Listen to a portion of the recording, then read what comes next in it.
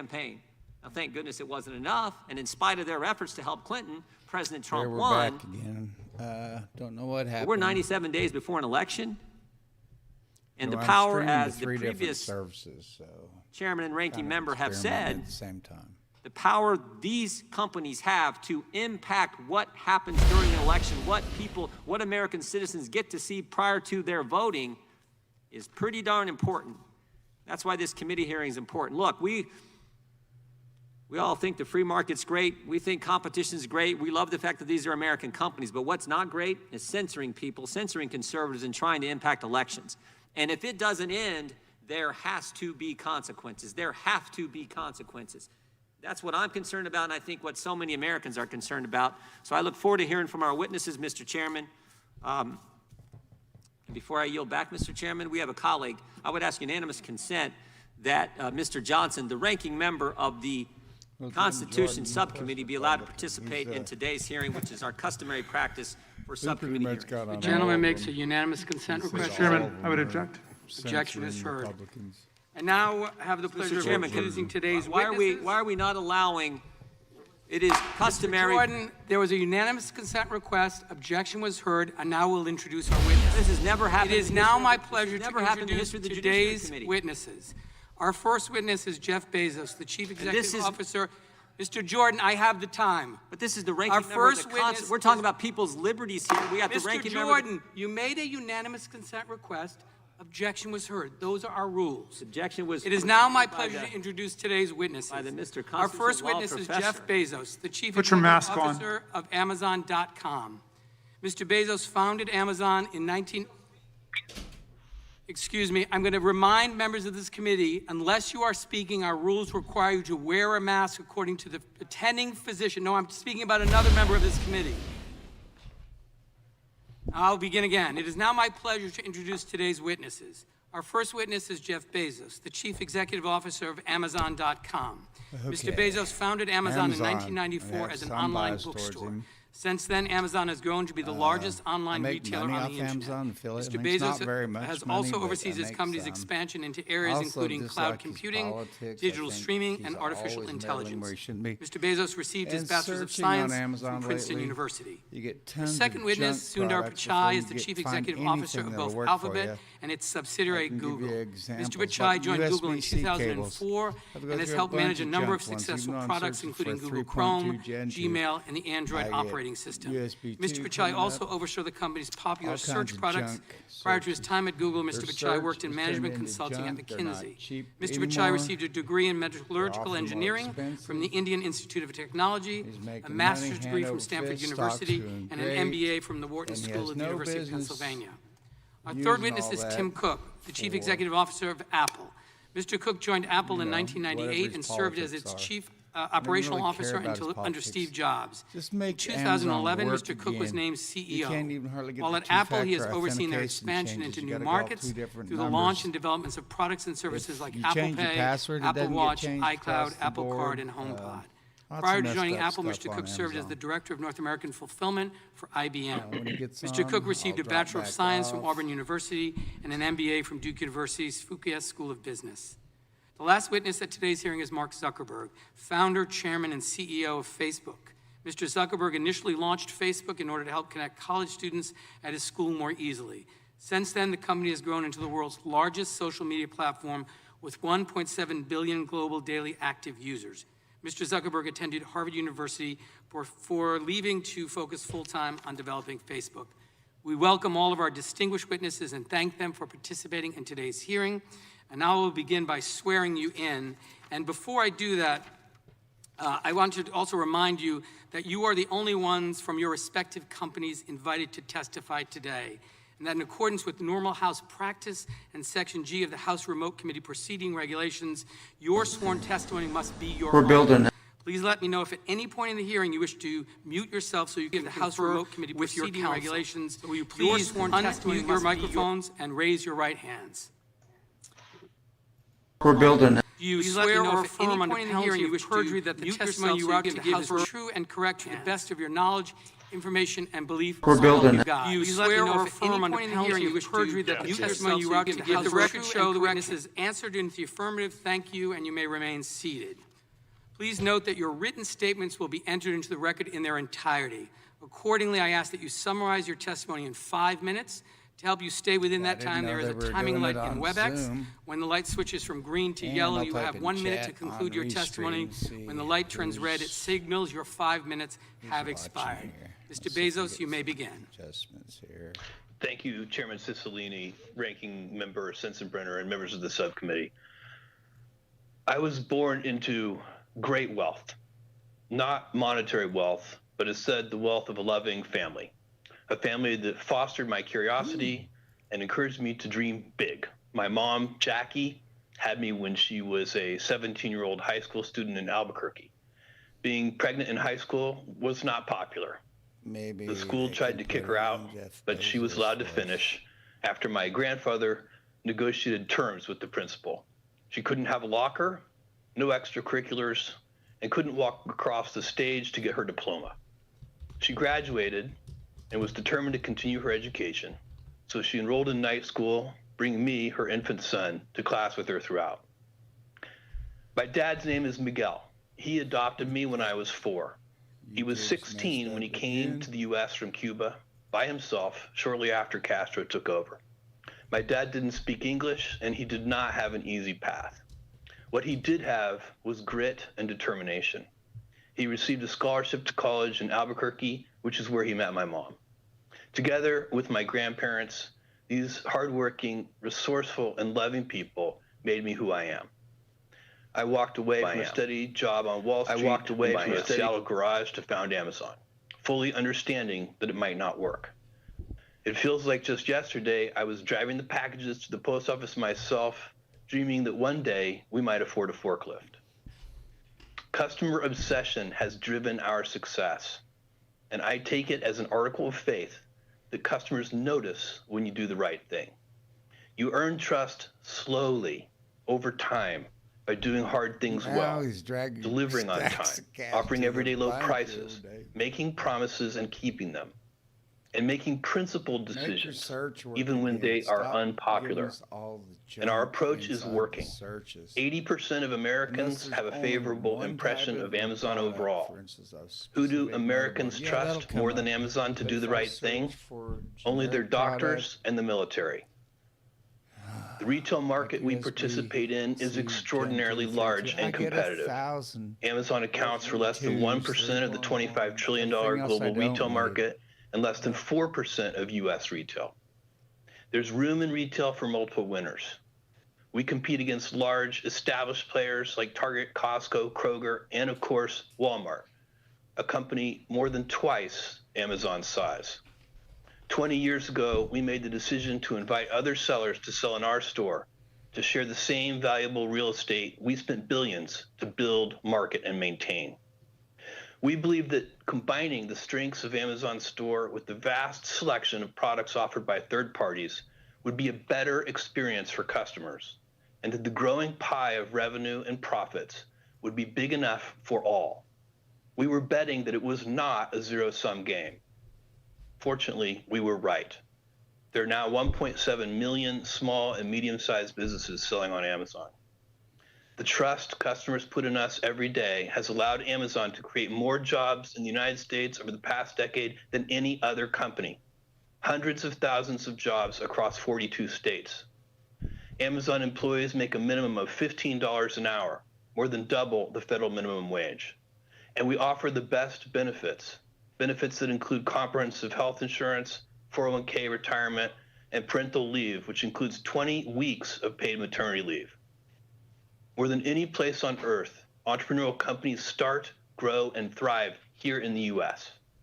We nurture entrepreneurs and startups with stable rule of law, the finest university system in the world, the freedom of democracy, and a deeply accepted culture of risk-taking. Of course, this great nation of ours is far from perfect. Even as we remember Congressman John Lewis and honor his legacy, we're in the middle of a much-needed race reckoning. We also face the challenges of climate change and income inequality, and we're stumbling through the crisis of a global pandemic. still, with all of You our would think faults and that problems, they could, the rest of the world whoever's would love controlling C-SPAN even the could flip the tiniest full sip picture of the on elixir screen. we have here in the U.S. Immigrants like my do dad that. see what a treasure this Okay. country is. This They is have the government of the perspective United States, and they often can't can do see it that. even more clearly than those of us who were Make this lucky enough to be picture born bigger. here. It is still day one for this country, and even in the face of today's humbling challenges, I have never been more optimistic about our future. I appreciate the opportunity to appear before you today, and I'm very happy to take your questions. Thank you, Mr. Bezos. Mr. Pichai, you are now recognized for 5 minutes. Thank you, Mr. Chairman, Ranking Member Sensenbrenner, and members of the subcommittee.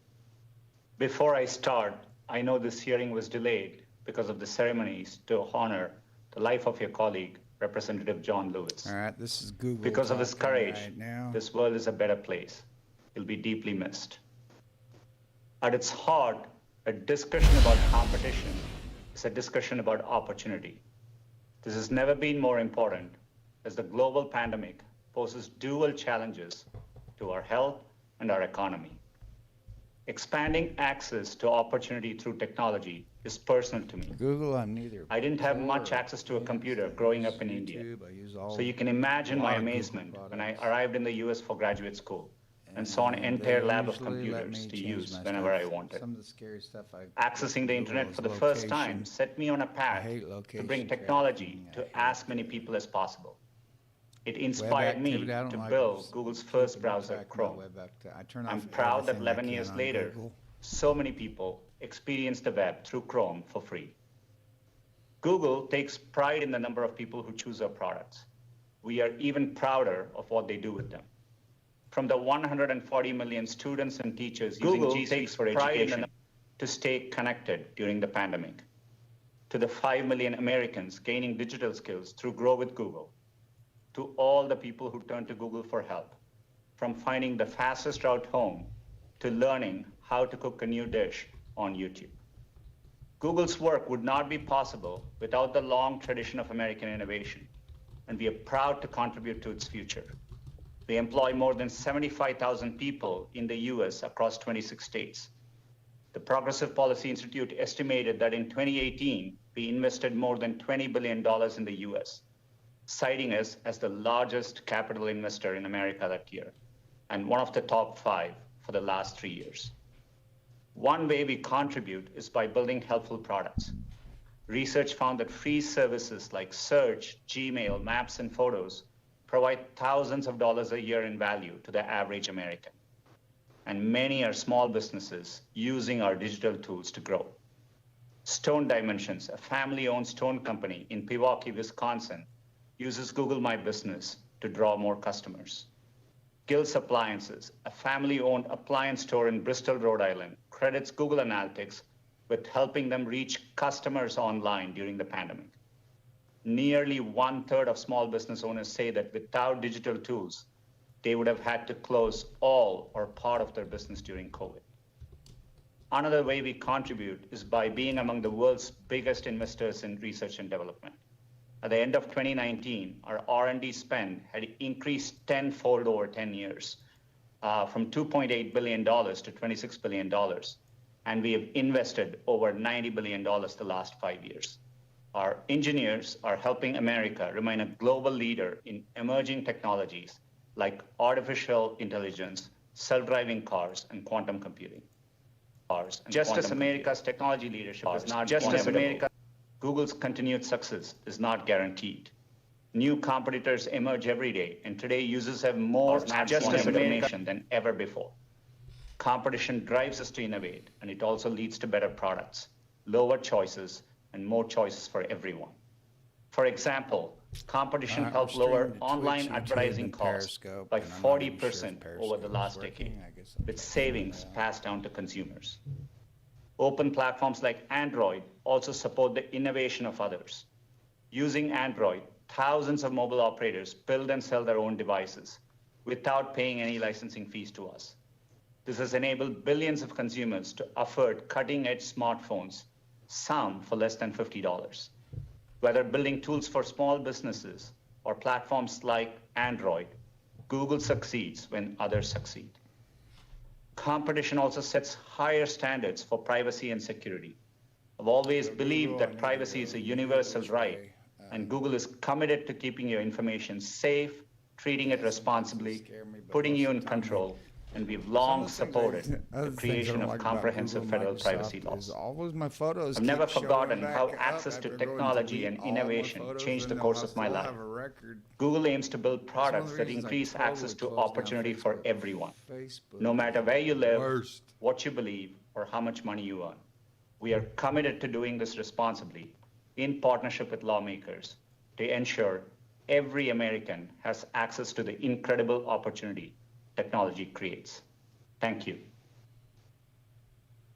Thank you, Mr. Pichai. Mr. Cook is now recognized for 5 minutes. How to put the full screen up on the guys. Chairman Cicilline and Nadler, Ranking Members Sensenbrenner and Jordan, members of the subcommittee, thank you for the opportunity to offer testimony. Before I begin, I want to recognize the life and legacy of John Lewis. I join you in mourning not only a hero, but someone I knew personally, whose example inspires and guides me still. Every American owes John Lewis a debt, and I feel fortunate to hail from a state and a country that benefited so profoundly from his leadership.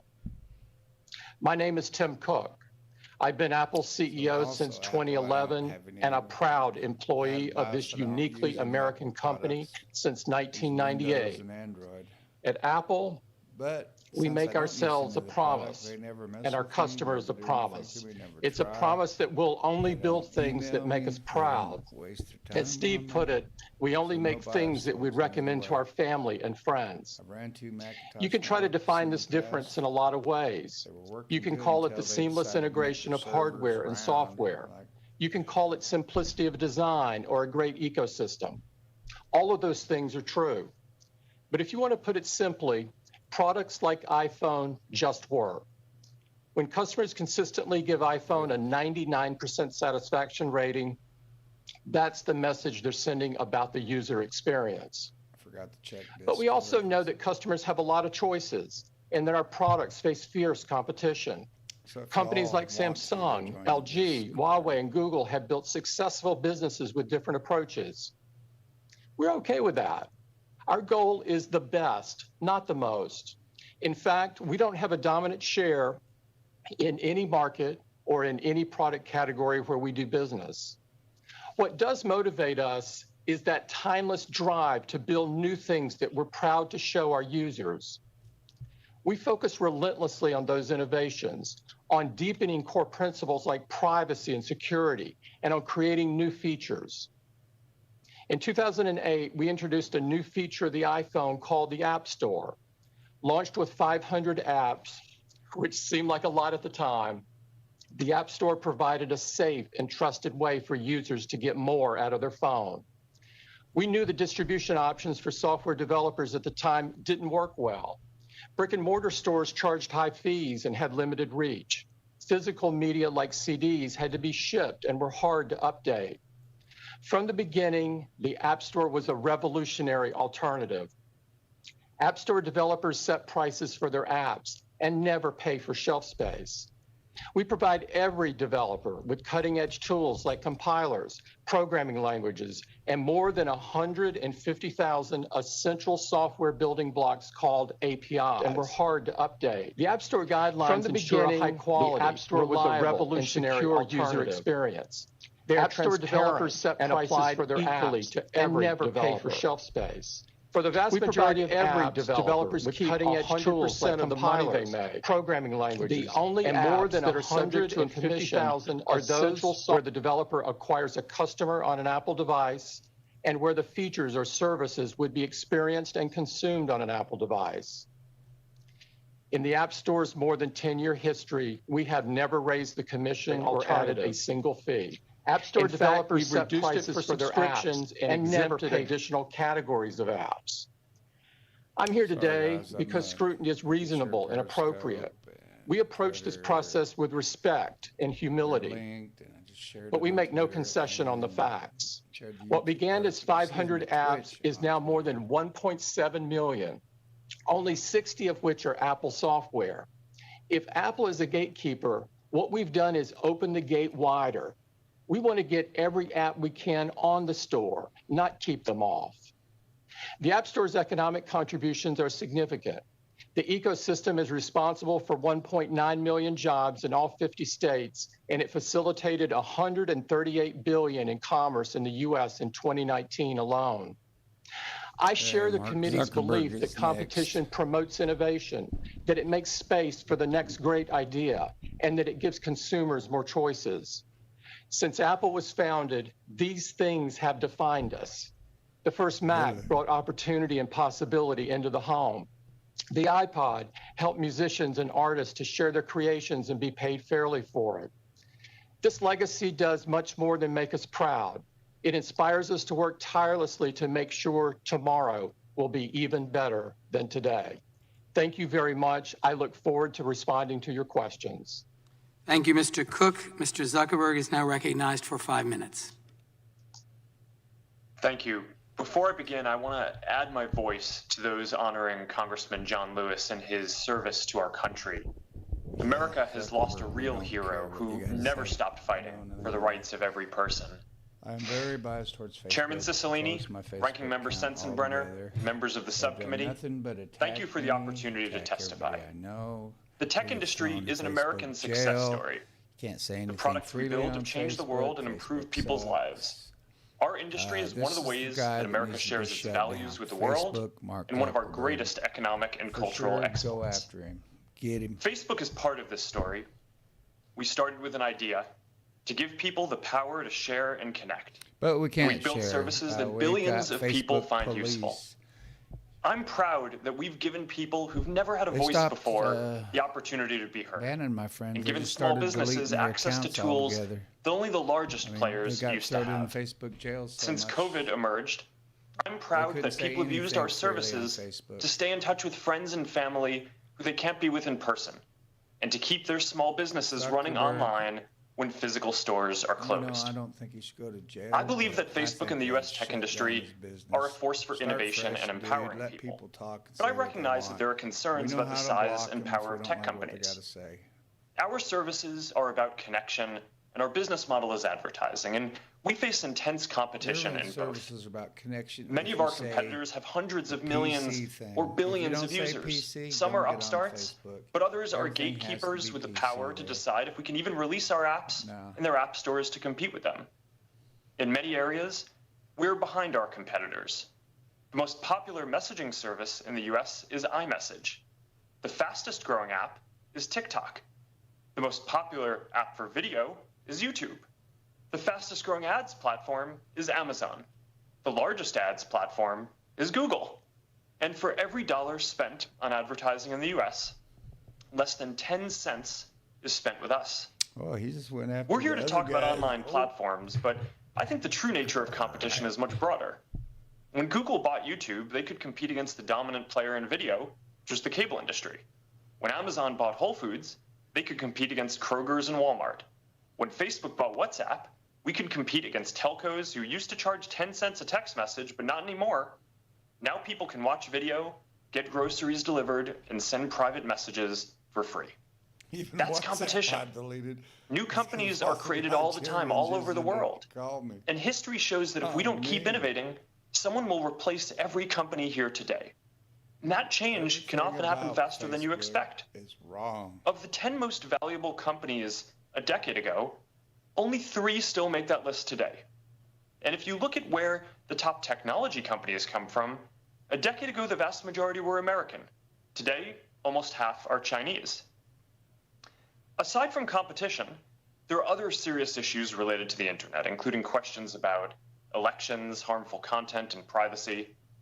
And while these are not antitrust issues and are not specifically the topic of today's hearing, I recognize that we are often at the center of these discussions. We build platforms for sharing ideas, and important debates play out across our services.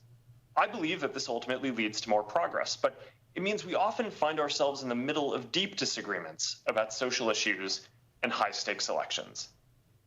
I personally don't believe that private companies should be making so many decisions about these issues by themselves. You mean like Facebook? And that's why last year, I made the case that there needs to be new regulation for the internet. Facebook stands for a set of basic principles: giving people voice and economic opportunity, keeping people safe, upholding democratic traditions like freedom of expression and voting, and enabling an open and competitive marketplace.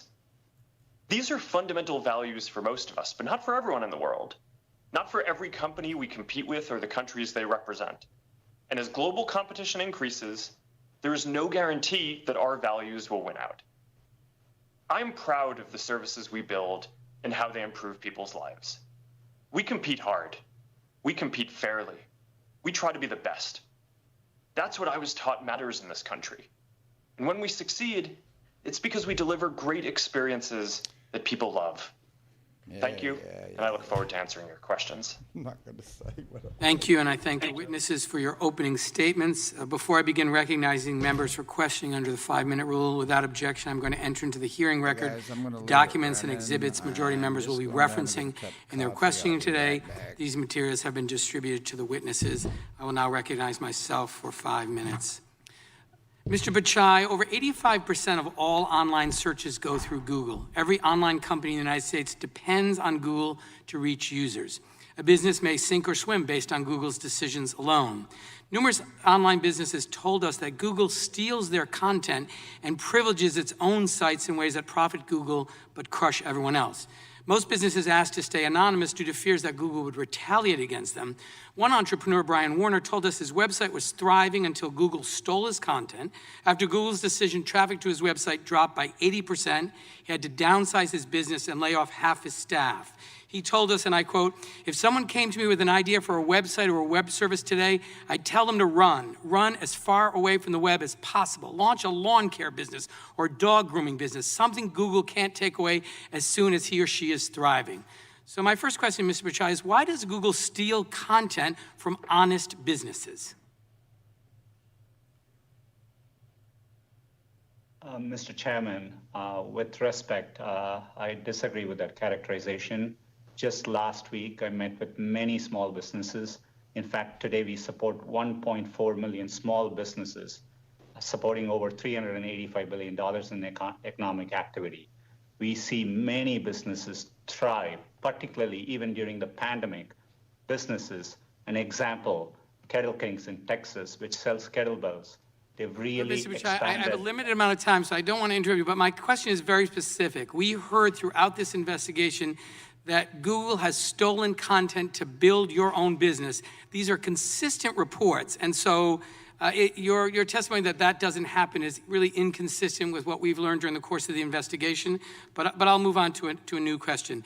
Mr. Bachai, most Americans believe that when they enter a search query that what Google shows are the most relevant results.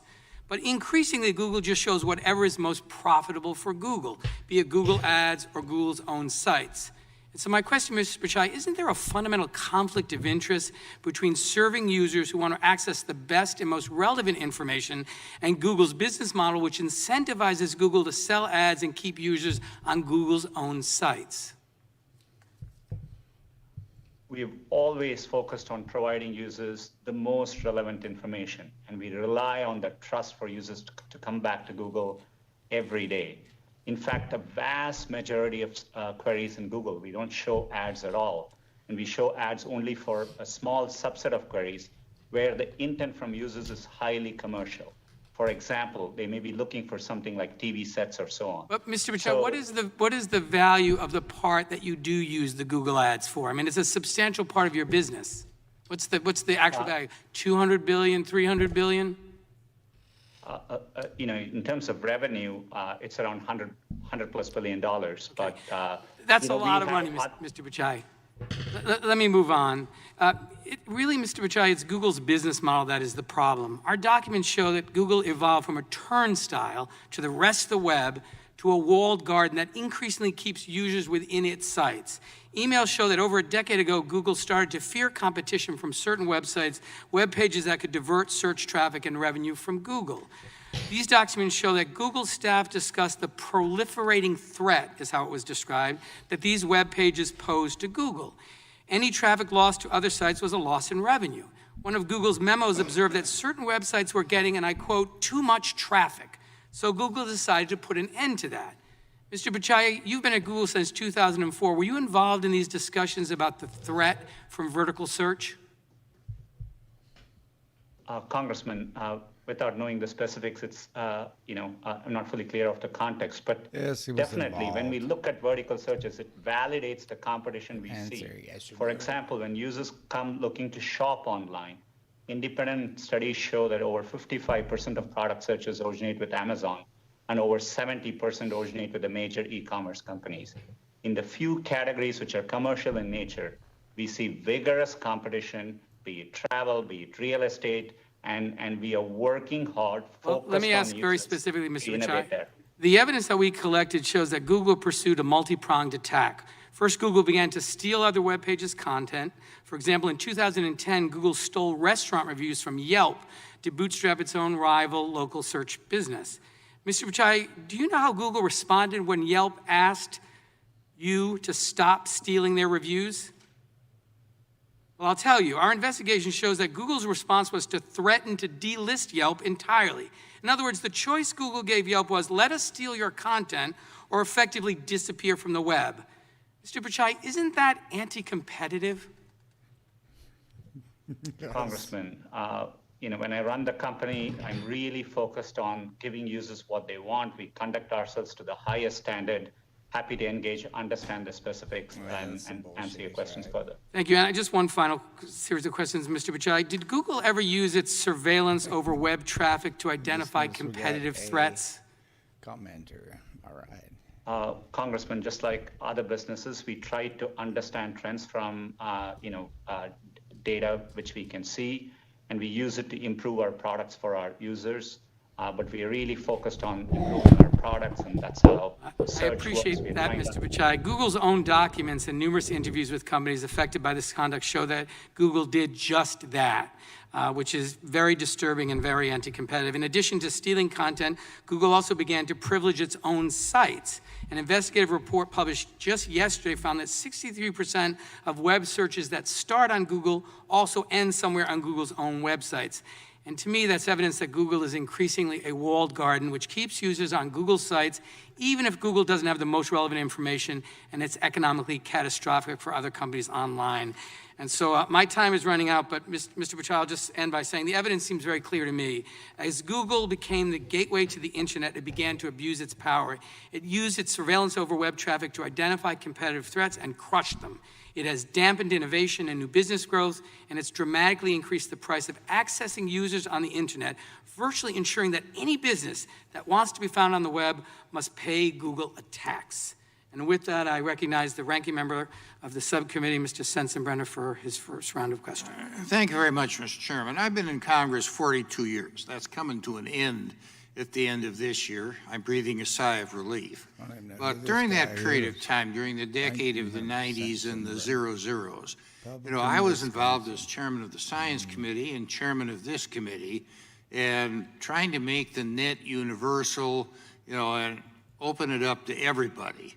And one of the theses that we use is the net should end up becoming basically the debate on issues not only in our country but throughout the world. And in exchange for that, this committee and the Congress gave internet service providers immunity, so if somebody said something defamatory in what they posted, the ISPs could not be a part of a lawsuit for defamation. Now, after hearing Mr. Jordan give a long line of censorship of conservative viewpoints, I'm concerned that the people who manage the net, and the four of you manage a big part of the net, are ending up using this as a political screen. Conservatives are consumers too, and the way the net was put together in the eyes of Congress is that everybody should be able to speak their mind. Mr. Zuckerberg, Mr. Jordan's litany of censorship zeroes in on Facebook. Exactly what are your standards in, quote, filtering out political speech that maybe some people out there don't agree with? Block them if you don't like it. Congressman, thank you for the opportunity to address this. What I'm talking about, just our goal them. is to offer a platform for all either ideas. Put you in Facebook jail We or ban you. want to give everyone like in the what world you a voice to share their even experiences and talk ideas. about A lot of that diversity. is day-to-day things that happen in their lives. Some of it is political. You're politically and correct, dude. You're not frankly, I think that we've distinguished ourselves as one of the companies that most defends violations. free expression the most. We do have community standards around things that you can and cannot say. I think you would likely agree with most of them. They ban categories of harm such as promoting terrorist propaganda, child exploitation, incitement of violence, some more legalistic things like intellectual property violations, and they also ban things like hate speech that could lead to dehumanizing people and encouraging violence down the road. If I may ask a specific of you, it was reported that Donald Trump Jr. got taken down for a period of time because he put something up on the efficacy of hydroxychloroquine. Now, I wouldn't take it myself, but there still is a debate on whether it is effective either in treating or preventing COVID-19. And I think that this is a legitimate matter of discussion. And it would be up to a patient and their doctor to determine whether hydroxychloroquine was the correct medication, given the circumstances. Now, why did that happen? Congressman, well, first, to be clear, I think what you might be referring to happened on Twitter, so it's hard for me to speak to that. But I can talk to our policies about this. We do prohibit content that will lead to imminent risk of harm. And stating that there's a proven cure for COVID when there is in fact none might encourage someone to go take something that could have some adverse effects. So we do take that down. We do not prohibit discussion around trials of drugs or people saying that they think that things might work or personal experiences with experimental drugs. But if someone is going to say that something is proven when in fact it is not, that could lead people wouldn't that be up to somebody on the other side of the issue to say that this is not proven? And, I know as a fact that, for people with certain conditions, it's contraindicated and they shouldn't take it on that. But wouldn't that be up to somebody else, to say, okay, what somebody posted on this really isn't true, and here's what the facts are, rather than having a Twitter or a Facebook take it down? Congressman, in general, I agree with you, and we do not want to become the arbiters of truth. I think that would be a bad position for us to be in and not what we should be doing. But on specific claims, if someone is going to go out and say that hydroxychloroquine is proven to cure COVID, when in fact it has not been proven to cure COVID, and that statement could lead people to take a drug that in some cases, some of the data suggests that it might be harmful to people. We think that we should take that down. That could cause imminent risk of harm. Okay, thank you. I yield back. I thank the gentleman. I now recognize the distinguished chair of the full Judiciary Committee, Mr. Nadler from New York, for 5 minutes. Thank you, Mr. Chairman. Mr. Zuckerberg, I want to thank you for providing us information during our investigation. However, the documents you provided tell a very disturbing story. And that story is that Facebook saw Instagram as a powerful threat that could siphon business away from Facebook. And so rather than compete with it, Facebook bought it. This is exactly the type of anti-competitive acquisition that the antitrust laws were designed to prevent. Now, let me explain what I mean. Mr. Zuckerberg, you have written that Facebook can likely always just buy any competitive startups. In fact, on the day Facebook bought Instagram, which you described as a threat, you wrote, quote, "One thing about startups is you can often acquire them," close quote. Mr. Zuckerberg, you were referring to companies like Instagram in that quote, weren't you? Congressman, I don't have the exact document in front of me, but I've always been clear that we viewed Instagram both as a competitor and as a complement to our services. In the growing space around after smartphones started getting big, and they competed with us in the space of mobile cameras and mobile photo sharing. But at the time, almost no one thought of them as a general social network. And people didn't think of them as competing with us in that space. And, I think that the acquisition has been wildly successful. We were able to by acquiring them, continue investing in it and growing it as a standalone brand that now reaches many more people than I think either Kevin, the co-founder, or I thought would be possible at the time, while also incorporating some of the technology into making Facebook's photos sharing products better. So yes. Okay. Now, in early 2012, when Facebook contemplated acquiring Instagram, a competitive startup, you told your CFO that though nascent, Instagram could be very disruptive to us. And in the weeks leading up to the deal, you described Instagram as a threat, saying that, quote, Instagram can meaningfully hurt us without becoming a huge business, unquote. Now, Mr. Zuckerberg, what did you mean when you described Instagram as a threat, as disruptive?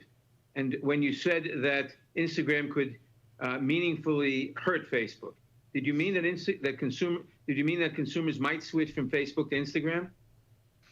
Congressman, thanks for the opportunity to address this. At the time, there was a small but growing field of Did you mean that consumers might switch from Facebook to Instagram? That was my question. Thanks, Congressman. Yes or no? Did you mean that? In the space of mobile photos and camera apps, which was growing, they were a competitor. I've been clear about that. And fine. In February of that year, in February 2012, you told Facebook's chief financial officer that you were interested in buying Instagram. He asked you whether the purpose of the deal was to neutralize a potential competitor or to integrate their products with ours in order to improve our services. You answered that it was a combination of both, saying what we're really buying is time. Even if some new competitor springs up, those products won't get much traction since we'll already have their mechanics deployed at scale. Yes, they're guilty. Mr. Zuckerberg, what did you mean when you answered that the purpose of the deal was to neutralize a potential competitor?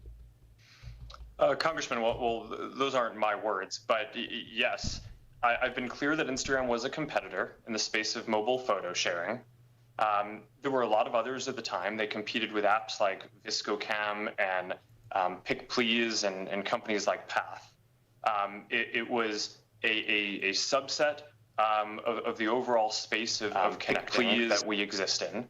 And by having them join us, they certainly went from being a competitor in the space of being a mobile camera to an app that we could help grow and help get more people to be able to use and be on our team. And I think that's been wildly successful.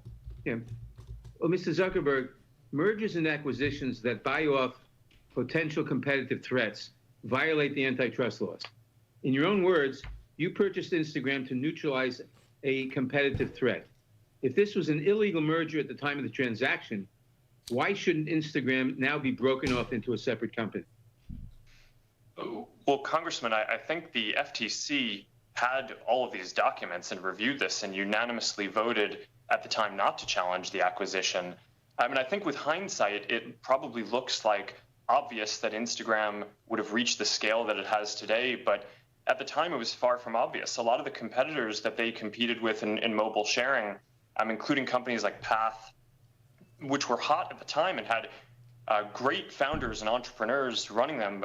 Dave Moore and I worked closely with him. I mean, I don't even think Path exists today. It was not a guarantee that Instagram was going to succeed.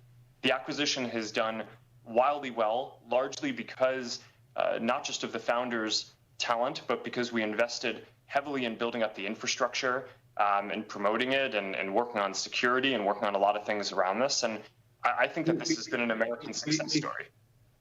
Well, thank you. Mr. Zuckerberg, you're making my point. In closing, Mr. Chairman, I want to end where I began. Facebook, by Mr. Zuckerberg's own admission and by the documents we have from the time, Facebook saw Instagram as a threat that could potentially siphon business away from Facebook. And so rather than compete with it, Facebook bought it. This is exactly the type of anti-competitive acquisition that the antitrust laws were designed to prevent. This should never have happened in the first place. It should never have been permitted to happen, and it cannot happen again. I yield back. Thank you, Mr. Chairman. I would remind the witness that the failures of the FTC in 2012, of course, do not alleviate the antitrust challenges that the chairman described. And with that, I'm going to recognize the gentleman from Colorado, and again, thank him for co-hosting one of the most important field hearings we had along with Mr. Neguse in Colorado that I think was very critical in this investigation. And you're recognized from 5 minutes, Mr. Buck.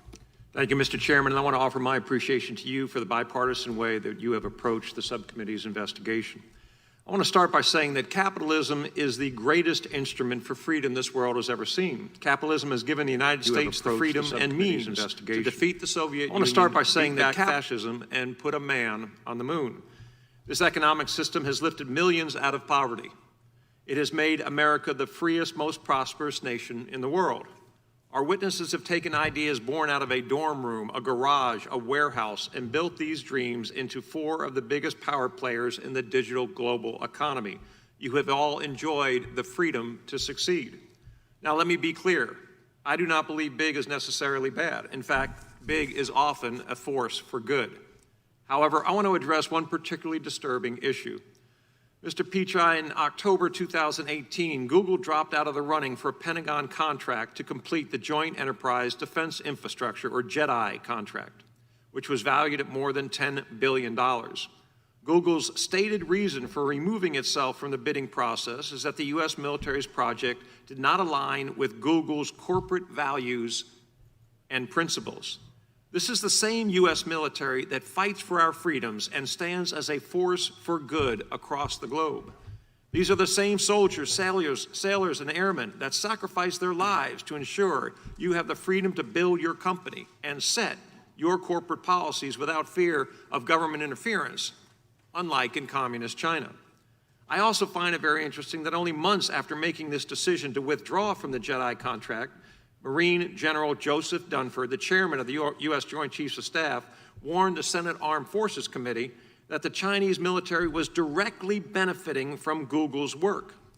It made me wonder what values Google and communist Red China had in common. I asked myself, is it that the Chinese Communist Party imprisons Uyghur Muslims in concentration camps, like it is shown on the chart behind me?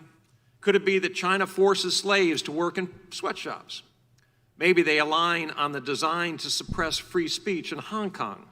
Did Google agree with CCP's decision to lie to the world about the COVID-19 pandemic? Then I thought about Google's Dragonfly experiment. I wondered if perhaps you agreed with the Chinese government's use of technology platforms to spy on its own people and enforce draconian security laws. Maybe it's that your company is aligned with the Chinese Communist Party's corporate espionage policies, where the strategy is to steal whatever can't be produced domestically. These values that allow Google to work with the Chinese military but not the U.S. military help explain why Google wouldn't think twice about blatantly stealing a competitor's product, right down to the watermark, without any hint of attribution. Mr. Pichai, during our field hearing in my home state of Colorado, I heard a story that sounded so brazen and contrary to free market principles that I thought it must have been straight from the Chinese Communist Party's corporate espionage playbook. Google took advantage of a company that relied on your search engine to build its brand and compete. Google misappropriated lyrics from Genius Media Group's website and published those lyrics on Google's own platform. However, Genius caught Google in the act, quite literally red-handed. When Genius suspected this corporate theft was occurring, the company incorporated a digital watermark in its lyrics that spelled out red-handed. In Morse code, Google's lyric boxes contained the watermark, showing that your company stole what you couldn't or didn't want to produce yourself. After Google executives stated that they were investigating this problematic behavior, Genius created another experiment to determine the scope of the misappropriation. It turns out that out of 271 songs where the watermark was applied, 43% showed clear evidence of matching. Your company, which advertises itself as a doorway to freedom, took advantage of this small company, all but extinguishing Genius's freedom to compete. Google is supposed to connect people to information. Your corporate values once stood for freedom, a platform that let capitalism flourish and helped bring countless people across the globe out of poverty. My question to you, Mr. Pichai, do you think that Google could get away with following China's corporate espionage playbook if you didn't have a monopolistic advantage in the market?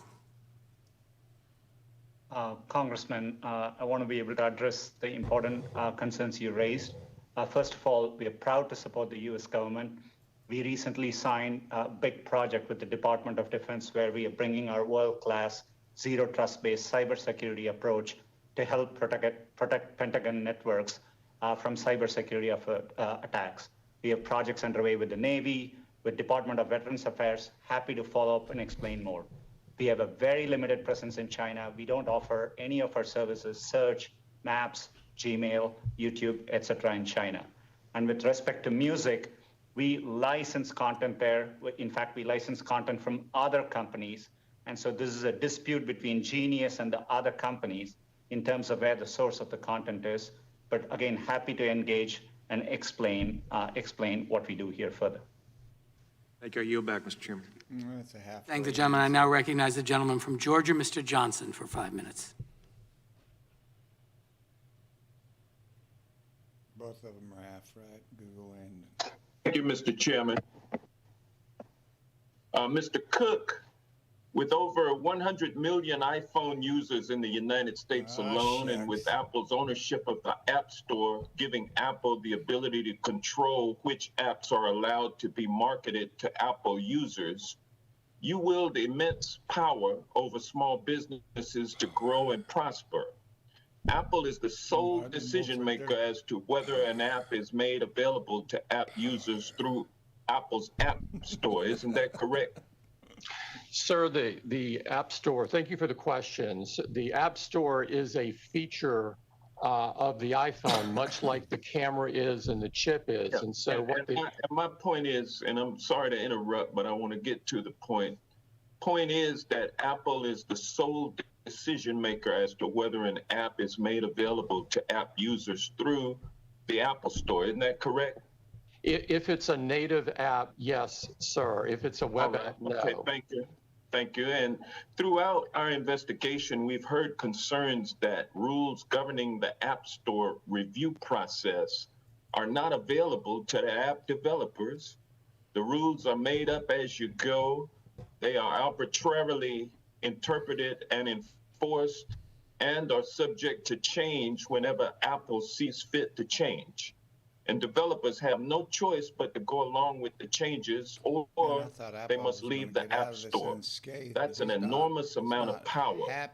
Also, the rules get changed to benefit Apple at the expense of app developers, and the App Store is said to also discriminate between app developers with similar apps on the Apple platform, and also as to small app developers versus large app developers. So, Mr. Cook, does Apple not treat all app developers equally? Sir, we treat every developer the same. We have open and transparent rules. It's a rigorous process. Because we care so deeply about privacy and security and quality, we do look at every app before it goes on. But those rules apply evenly to everyone.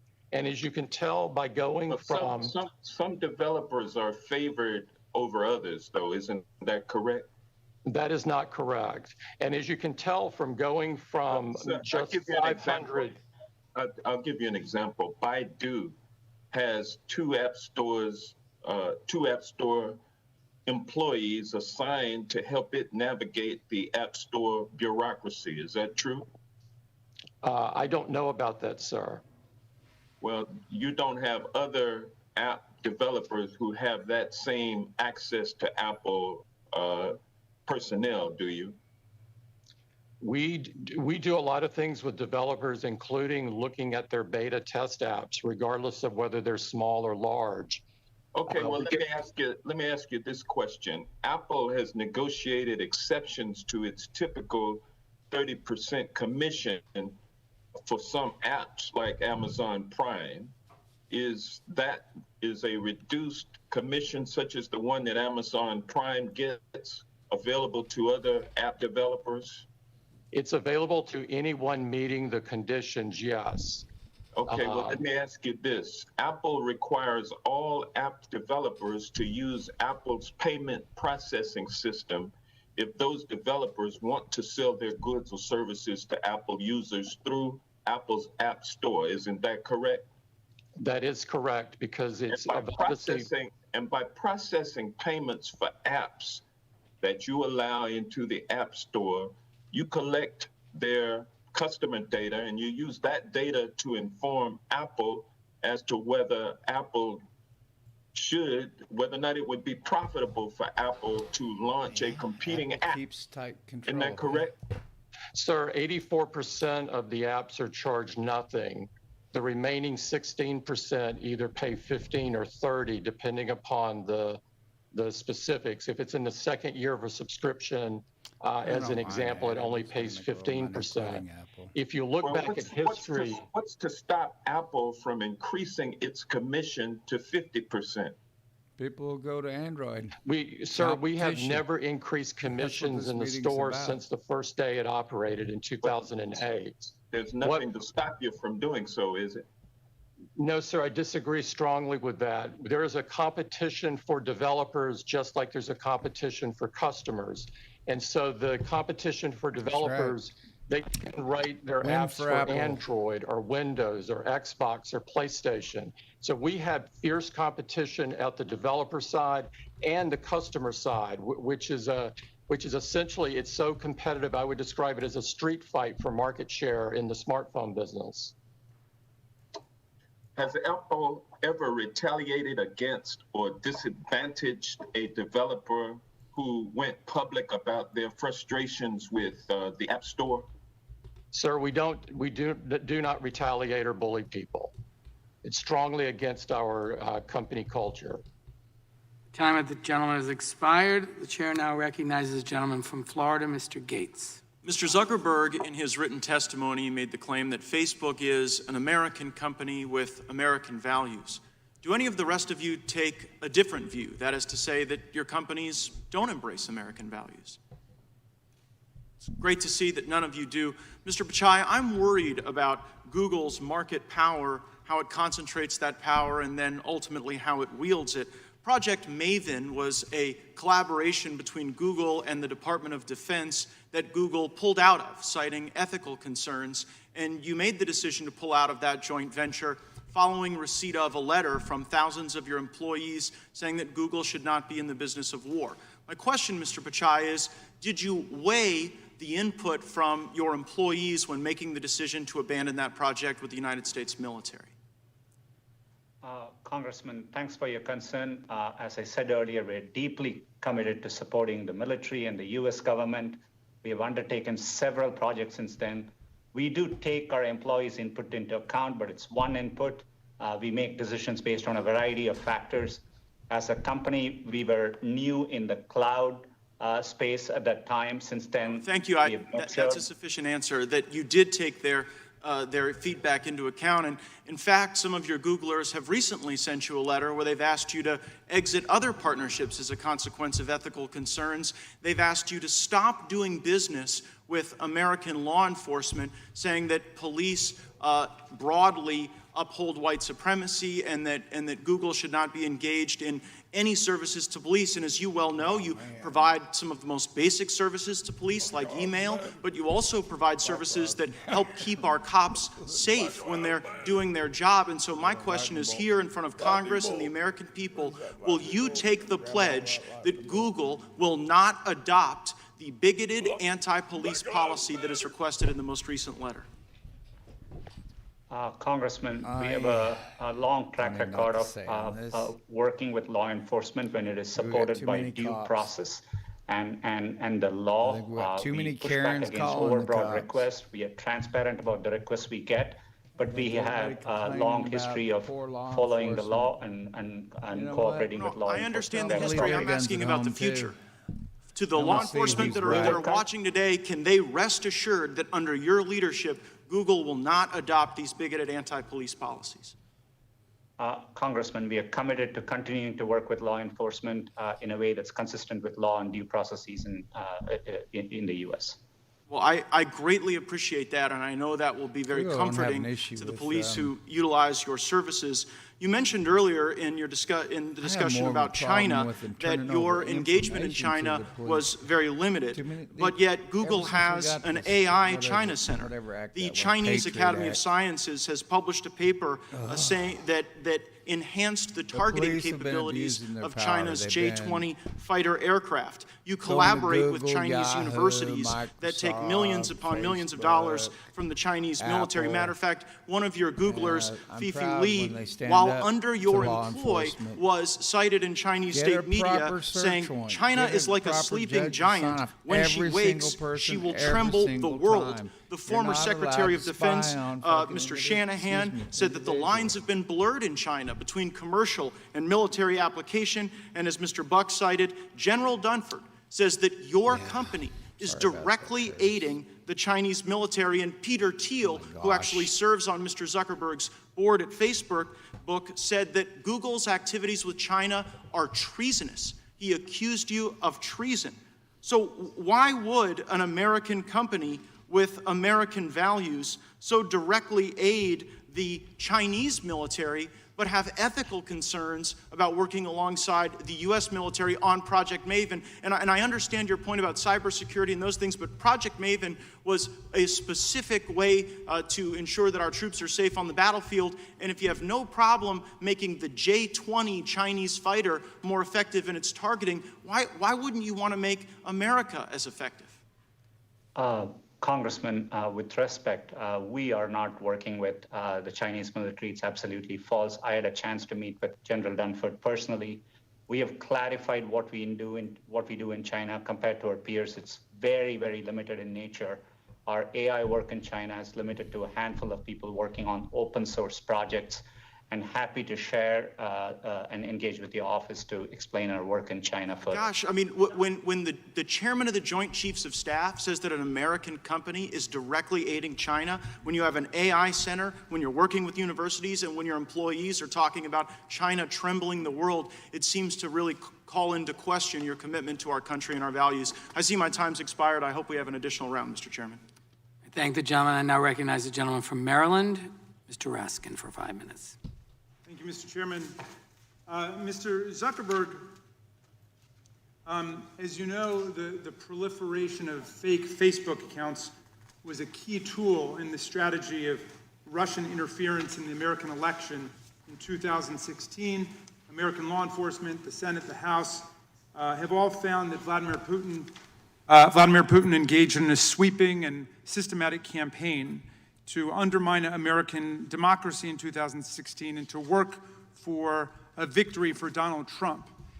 In his remarkable book, Mind Blank, and I'm being polite here, Cambridge Analytica and the Plot to Break America, whistleblower Christopher Wiley, who worked for several years at Cambridge Analytica, recounts how the Russian assault on America in Cambridge Analytica's research depended on Facebook. Quote, when Cambridge Analytica launched in the summer of 2014, Steve Bannon's goal was to change politics by changing culture. Facebook data, algorithms, and narratives were his key weapons. The Cambridge Analytica team used these tools to identify people who exhibited the three traits in what they called the dark triad: narcissism, Machiavellianism, and psychopathy. They then proceeded to bombard and activate these people, a small percentage of the American public, but still millions of people, with increasingly dark and manipulative messages from fake Facebook pages, both to get them to vote for Trump, but more importantly, to activate them as racists and white nationalists. And they go on to describe he goes on to describe the remarkable success of this campaign, both electorally, but also politically in the country in terms of sowing the terrible racial and ethnic divisions that you see in America today. So they waged a mass campaign of psychological warfare to polarize America around race and religion and to activate racists and anti-Semites. And it worked splendidly for them, but it didn't work so well for America. So Mr. Zuckerberg, which parts of this narrative have you addressed, or are you planning to address, or do you just see that essentially as the cost of being a forum in a marketplace for ideas? Is there nothing that can be done about the use of Facebook to engender social division in America? Congressman, thank you. Since 2016, there have been a lot of steps that we've taken to protect the integrity of elections. We've hired, I think it's more than 30,000 people to work on safety and security. We've built up AI systems to be able to find harmful content, including being able to find more than 50 different networks of coordinated and authentic behavior, basically nation states trying to interfere in elections. Can I pause you? Let me just pause you there for a second, because I'm interested in that. The Stop Hate for Profit campaign is a coalition that includes the Color of Change, the Anti-Defamation League, and other civil rights groups, and they're targeting Facebook right now for a boycott because of the rapid spread of hate messages online, the presence of Boogaloo and other right-wing extremist groups trying to infiltrate and disrupt Black Lives Matter protests, and the fact that alt-right, racist, and anti-Semitic content flourishes on Facebook. So they're asking you to remove these pages and essentially to join the movement for civil rights by not allowing that kind of content. Their boycotters include a lot of big companies, including Patagonia, Levi's, McDonald's, VW, Heineken, and so on. But you seem not to be that moved by their campaign, and I just wonder what you think about what they're asking you to do. Congressman, thanks. We're very focused on fighting against election interference, and we're also very focused on fighting against hate speech. And our commitments to those issues and fighting them go back years before this recent movement. Since 2016, the defenses that the company has built up to help secure elections, not just in the US, but around the world, I think are some of the most advanced that any company or government has in the world now. We routinely now collaborate with law enforcement and intelligence agencies, and are able to sometimes identify threats coming from other countries before governments are even able to. In terms of fighting hate, we've built really sophisticated systems. Our goal is to identify it before anyone even sees it on the platform. And we've built AI systems and, as I mentioned, have tens of thousands of people working on safety and security with the goal of getting this stuff down so that way, before people even see it. And right now, we're able to proactively identify 89% of the hate speech that we take down before I think it's even seen by other people. So, I want to do better than 89%. I'd like to get that to 99%. But we have a massive investment here. We invest billions of dollars. Just my time's almost out. Can you just address the proliferation of fake accounts? I understand annually you get 6.5 billion fake accounts produced there, but in some sense you have a profit motive that's linked to that because that's what's reported to your investors, the number of accounts. Are you working zealously to try to ferret out these fake accounts that are used to spread hate and disinformation? The gentleman's time has expired, but the witness may answer the question. Congressman, absolutely. We work hard on this. We take down billions of fake accounts a year. A lot of that is just people trying to set up accounts to spam people for commercial reasons. A very small percent of that are nation states trying to interfere in elections, but we're very focused on trying to find those. Having fake and harmful content on our platform does not help our business. It hurts our business. People do not want to see that stuff, and they use our services less when they do. So we are aligned with people in order to take that down, and we invest billions of dollars a year in doing so. Yield back. Thank you. The committee will stand in recess for 10 minutes while we fix a technical feed with one of our witnesses. All right, we got a 10-minute recess. Okay, I'm going to hit the pause screen for 10 minutes.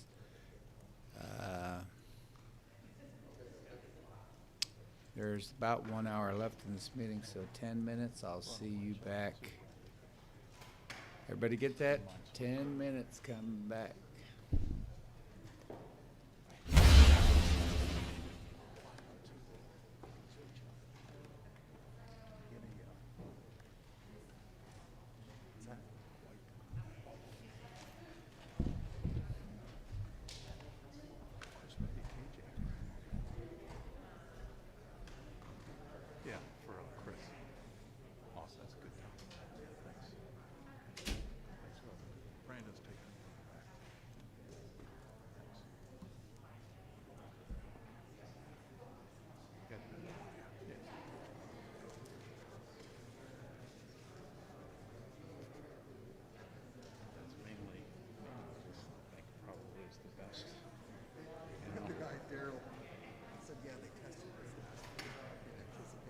course. Well, it actually almost makes sense that they would have more issues than Apple, and you would hope that Apple would be good.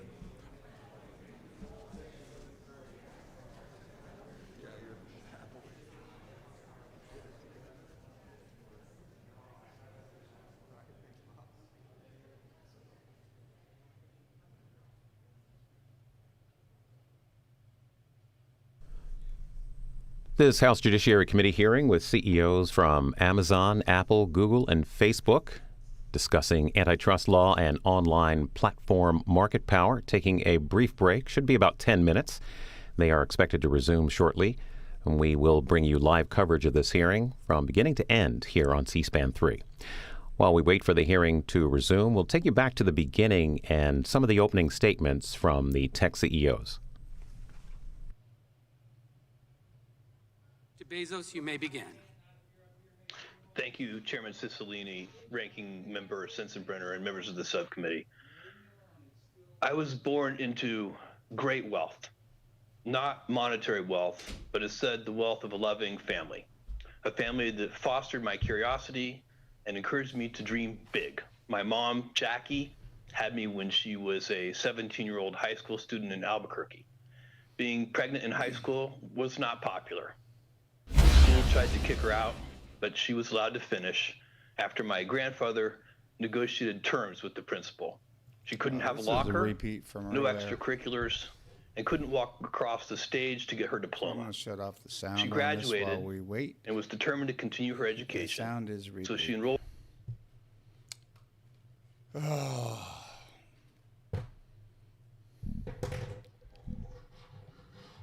All right, guys, hopefully this will be done. I don't know whether to wrap this up or not.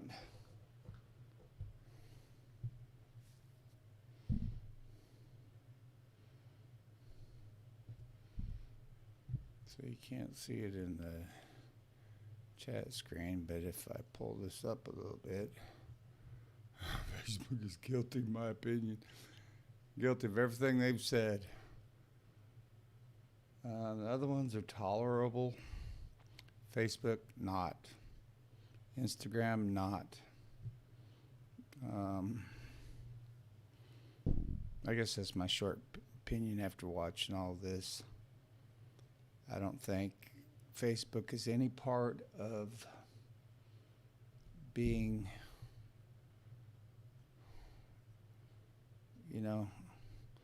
right. No part of being right. Things well, delivering on time, offering everyday low prices, making promises and keeping them, and making principled decisions, even when they are unpopular. And our approach is working. 80% of Americans have a favorable impression of Amazon overall. Who do Americans trust more than Amazon to do the right thing? 4% of U.S. retail. There's room in retail for multiple winners. We compete against large, established players like Target, Costco, Kroger, and of course, Walmart, a company more than twice Amazon's size. 20 years ago, we made the decision to invite other sellers to sell in our store, to share the same valuable real estate we spent billions to build, market, and maintain. We believe that combining the strengths of Amazon's store with the vast selection of products offered by third parties would be a better experience for customers. Combining the strengths of Amazon's store revenue and selection of products offered by third parties for all. We were betting that it would be a better experience for customers. Combining the strengths of Amazon's store revenue and profit. There are now 1.7 million small and medium-sized businesses selling on Amazon. The trust customers put in us every day has allowed Amazon to create more jobs in the United States over the past decade than any other company. Hundreds of thousands of jobs across 42 states. Amazon employees make a minimum of $15 an hour, more than double the federal minimum wage. And we offer the best benefits that include comprehensive health insurance, 401k retirement, and parental leave, which includes 20 weeks of paid maternity leave. Sometimes it doesn't. More than any place on earth, entrepreneurial companies start, grow, and thrive here in the U.S. We nurture entrepreneurs and startups with stable rule of law, I the think finest you university are trying system to in the block world, up the other freedom of video democracy, streaming and a deeply accepted services, culture of risk-taking. like Restream, the one I'm Of course, using. this great nation of I ours think you're is far causing from them perfect. problems, so Even let's as we just say remember shadow- Congressman John Lewis and honor his legacy, shadow we're in the problems. middle of a much-needed race reckoning. We also face the challenges of climate change and income inequality, and we're stumbling through the crisis of a global pandemic. Causes shadow. Still, with all of our faults and problems, the rest of the world would love even the tiniest sip of the elixir we have here in the U.S. Immigrants like my dad see what a treasure this country is. They have perspective and often can see it even more clearly than those of us who were lucky enough to be born here. It is still day one for this country, and even in the face of today's humbling challenges, I have never been more optimistic about our future. I appreciate the opportunity to appear before you today, and I'm very happy to take your questions.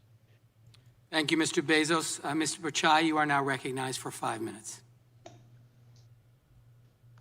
Thank you, Mr. Chairman, Ranking Member they're Sensenbrenner, repeating. and members of the subcommittee. Before I start, I know this hearing was delayed because of the ceremonies to honor the life of your colleague, Representative John Lewis. Because of his courage, this world is a better place. He'll be deeply missed.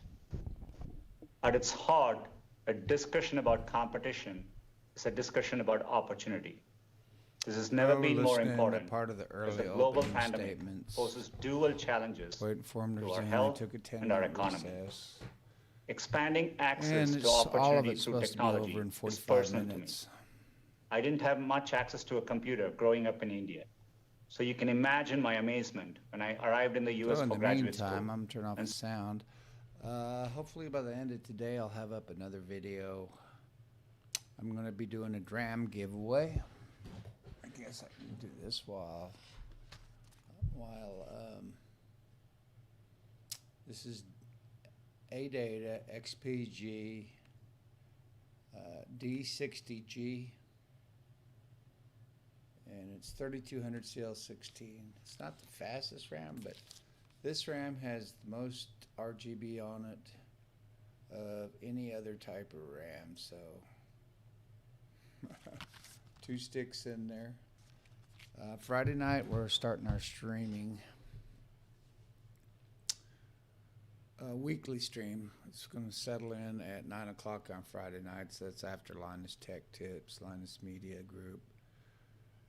And there's another one. Usually there's some game streams at 6 o'clock for like Cruella Master. They give away prizes. So I'm trying to stay away from some of the big ones and outside their time. This week we're going to be discussing the B550 Tomahawk Mag, MSI Mag Tomahawk B550 versus Asus TUF X570 Plus gaming, well, with Wi-Fi.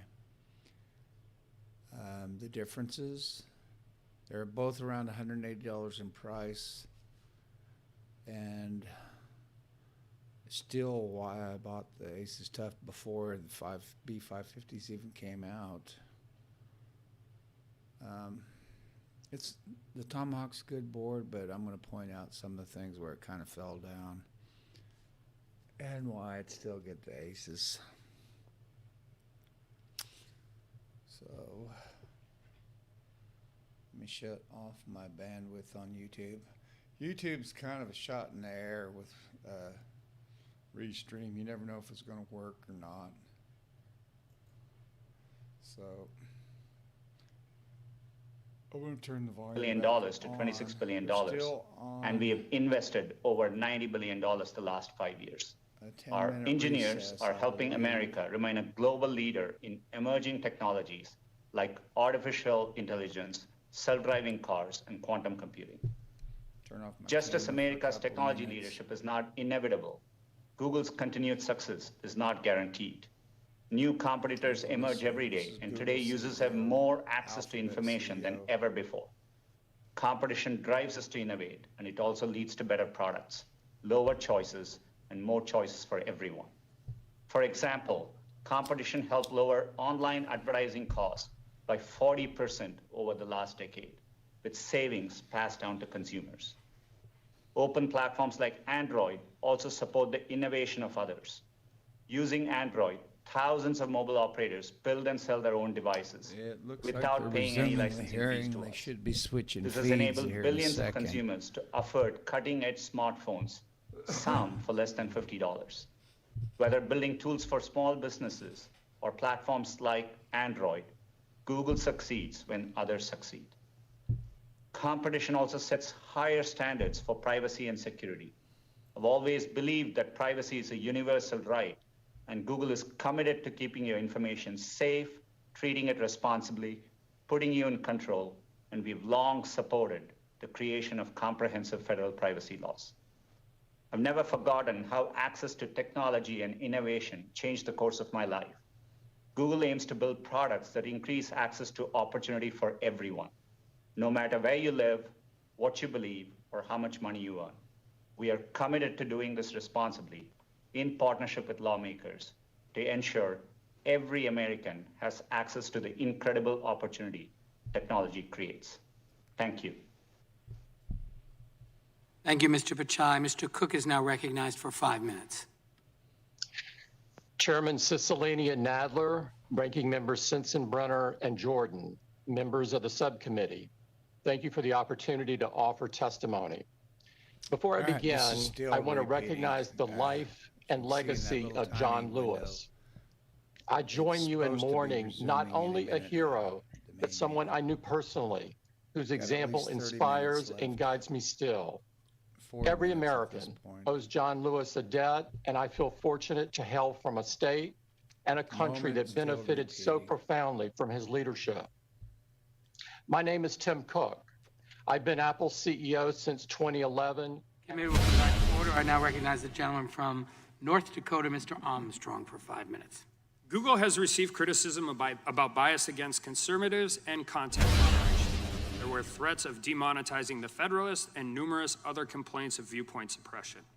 As a result, a significant portion of the American public has lost trust in your company.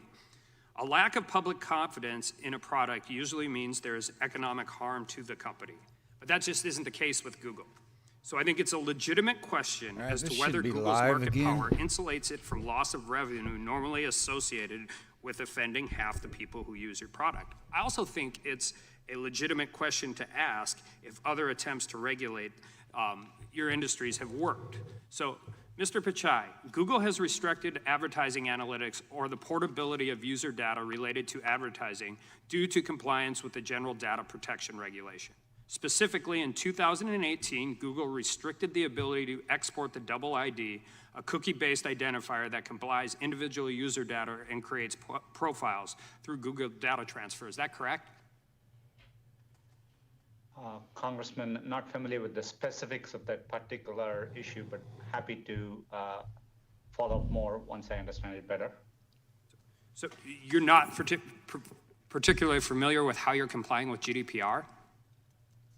Congressman, we've long been working to comply with GDPR. We think it's an important regulation, and we are in full compliance to the extent of my knowledge. I just meant I'm not aware of that specific issue with the identifier you mentioned there, but happy to understand it better and follow up. All right, so in order to comply with GDPR, Google must retain control over more user data and restrict the ability to combine this user data with other platforms to conduct cross-platform analysis. It seems as if that ultimately limits the ability of advertisers to make comparisons between Google-based campaigns and non-Google-based campaigns. Would you agree with that? That was a bad in all these ecosystems, we are balancing between users, advertisers, and publishers. We deeply care about the privacy and security of our users. And so when we serve these ecosystems, we have to take that into account. We have to comply with important laws and regulations in every country we operate in. And so that's the delicate balance we are constantly striking. But we are focused on our users and trying to do the best we can. And I just want to be perfectly clear. I personally believe that just the Market power consolidation is significant, but I also want to be clear that when we're moving forward to regulate this, that we aren't actually squeezing out competition in our quest to do something. Because I've said that before in this hearing, and I'll say it again. Usually in our quest to regulate big companies, we end up hurting small companies more. And I'm a strong privacy advocate, but the consequences of GDPR have been to further entrench large established actors like Google, leading to regulatory capture that exasperates competition concerns. And Google's digital ad market share has increased since the implementation of GDPR. Do you know that to be correct? Congressman, to just give you a sense of the robust competition we see, ad prices have fallen down by 40% in the past 10 years. And in fact, in the US, advertising as a share of GDP has come down from 1.4% in 1992 to less than 1% today. So we see robust competition in the marketplace. And as I said earlier, we have to comply with regulation. We have to interpret it strictly, and we have to balance the ecosystem. But our utmost care is ensuring privacy and security of our users as we serve these markets. And I'm glad you mentioned privacy, because I would be remiss if I didn't deal with this issue, because it is so relevant. And I think generally speaking, outside of the political issues and the bias assault with all of this, and this is for essentially all four of our witnesses, I think one of our bigger concerns when we talk about data and value, and that data having value and privacy, which is where people really get concerned with how the digital age is moving forward. And there are news reports that law enforcement has made increasing use of what are called geofence warrants. And these geofence warrants allow authorities to compel technology companies to disclose location records for any device in a certain area at a particular time. Court filings suggest that Google received a 1,500% increase in geofence requests from 2017 to 2018, and a 500% increase from 2018 till 2019. And so the Fourth Amendment requires probable cause and specificity, and that's not what these are. These warrants are essentially for any person in an area at a particular time, and geofence warrants require neither. So unless accompanied by particularized information and identifying a subject, geo warrants are essentially general warrants. I believe that the location information should be considered as contents of the Electronic Communications Act under the Stored Communications Act. Do you agree? Happy to understand more. We deeply care about this. Is why we issue transparency reports, because we think it's an important area for Congress to have oversight. And we recently made a change by which we automatically delete proper search location activity after a certain period of time by default for our users. So we are happy to engage with your office, Congressman. And I'm using you because these are going on in Virginia and New York, I think, right now. But I mean, this equates for everything. I think people would be terrified to know that law enforcement could grab general warrants and get everybody's information anywhere. So it requires Congress to act, and it requires everybody that is a witness in this hearing to be willing to work too, because it is the single most important issue I think we're going to. Time of the gentleman has expired, but I believe he has a unanimous consent request. I do. I have a unanimous consent request for a Wall Street Journal article, police request for Google users' location histories face new scrutiny. Without objection. And then I have two letters. The letters are from Congressman Walden, Congresswoman McMorris Rogers. The first letter is to Mr. Cook of Apple. The second letter is to Mr. Pichai. Without objection, Google. Both may be entered into the record. I now recognize the gentlelady from Washington, Ms. Jayapal. Thank you, Mr. Chairman, and thank you all for being with us. Mr. Bezos, in July 2019, your employee, Nate Sutton, told me under oath in this committee that Amazon does not, quote, use any specific seller data when creating its own private brand product. So let me ask you, Mr. Bezos, does Amazon ever access and use third-party seller data when making business decisions? And just a yes or no will suffice, sir. I thank you for the question. I know it's an important topic, and I also want to thank you for representing us. I can't answer that question yes or no. What I can tell you is we have a policy against using seller-specific data to aid our private label business, but I can't guarantee you that that policy has never been violated. Mr. Bezos, you're probably aware that an April 2020 report in the Wall Street Journal revealed that your company does access data on third-party sellers, both by reviewing data on popular individual sellers and products and by creating tiny product categories that allowed your company to categorically access detailed seller information in a supposedly aggregate category. Do you deny that report? I'm familiar with the Wall Street Journal article that you're talking about, and we continue to look into that very carefully. I'm not yet satisfied that we've gotten to the bottom of it, and we're going to keep looking at it. Okay. It's not as easy to do as you would think because some of the sources in the article are anonymous, but we continue to look into it.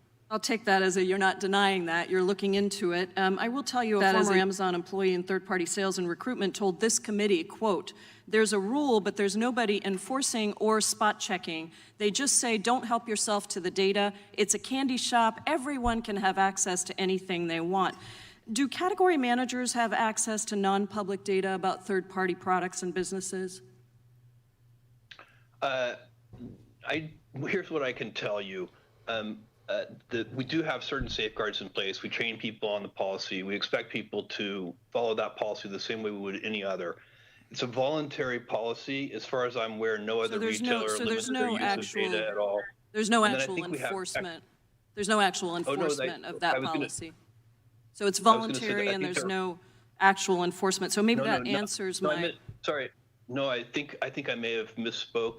I'm trying to say that the fact that we have such a policy is voluntary.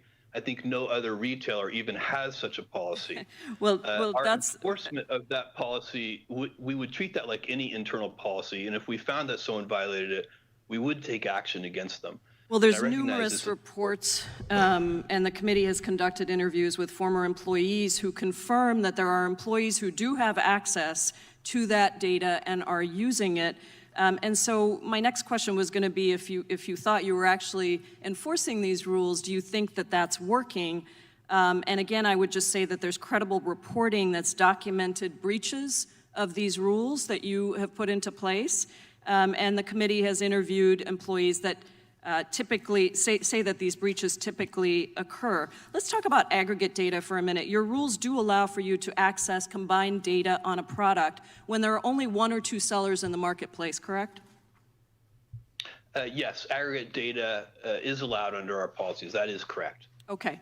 And interviews with former employees have made it clear that that aggregate data essentially allows access to highly detailed data in those product categories. There's the example of Fortem, a small business that had no direct competitors except for Amazon Warehouse Deals, a resale clearance account that only sold 17 units. An Amazon employee accessed a detailed sales report on Fortem's product with information on how much the company spent on advertising per unit and the cost to ship each trunk. And then Amazon launched its own competing products in October 2019. That's a major loophole, and I go back to the General Counsel's statement to this committee very clearly that there was no access to this data, that Amazon does not use that data for its own benefit, and I'm now hearing you say, well, you're not so sure that that's going on.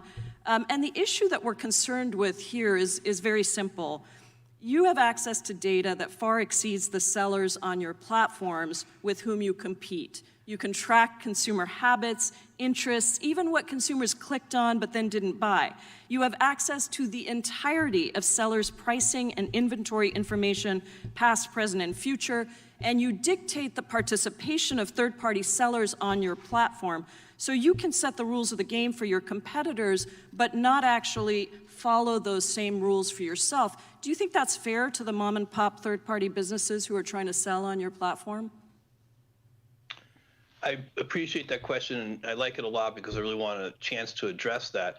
I'm very proud of what we've done for third-party sellers on this platform. We started our third-party platform 20 years ago, and we had 0 sellers on it. The question I'm asking, I'm so sorry, my time is expiring, and the question I wanted to ask you is that you have access to data that your competitors do not have. So you might allow third-party sellers onto your platform, but if you're continuously monitoring the data to make sure that they're never going to get big enough that they can compete with you, that is actually the concern that the committee has. And, you know, I think your company started in my district. I want to thank you for that. I want to thank you for the work that you've done, and say that the whole goal of this committee's work is to make sure that there are more Amazons, that there are more Apples, that there are more companies that get to innovate and small businesses get to thrive. And that is what we're trying to get at. That is why we need to regulate these marketplaces so that no company has a platform so dominant that it is essentially a monopoly. Thank you, Mr. Chairman. I yield back. Time of the gentlelady has expired. I just want to remind the witnesses we appreciate the gratitude for the questions and your description of them as good questions, but we'll just assume that they're good questions and you're happy to answer them so we can make sure we're making good use of your time. And with that, I recognize the gentleman from Florida, Mr. Stubbe. Thank you, Mr. Chairman. Mr. Pichai, I'd like to start with you, and I'm just going to illustrate my question with a factual incident that actually occurred to me. Several months ago, my wife called and said, hey, there's a good article on the Gateway Pundit that you should read. So out of curiosity, I was up here in Washington. Out of curiosity, I Googled Gateway Pundit. And it didn't show up on the first page, didn't show up on the second page. There was a bunch of different blogging sites about how there were disagreements with what was on the Gateway Pundit. But I actually had to type in gatewaypundit.com to get to it. Interestingly, Google didn't allow me to get to the actual website.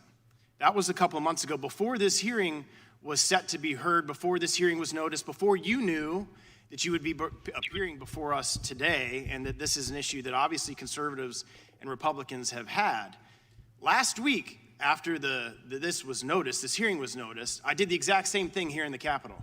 And wouldn't you know it, I Googled Gateway Pundit, and that was the very first website that came up.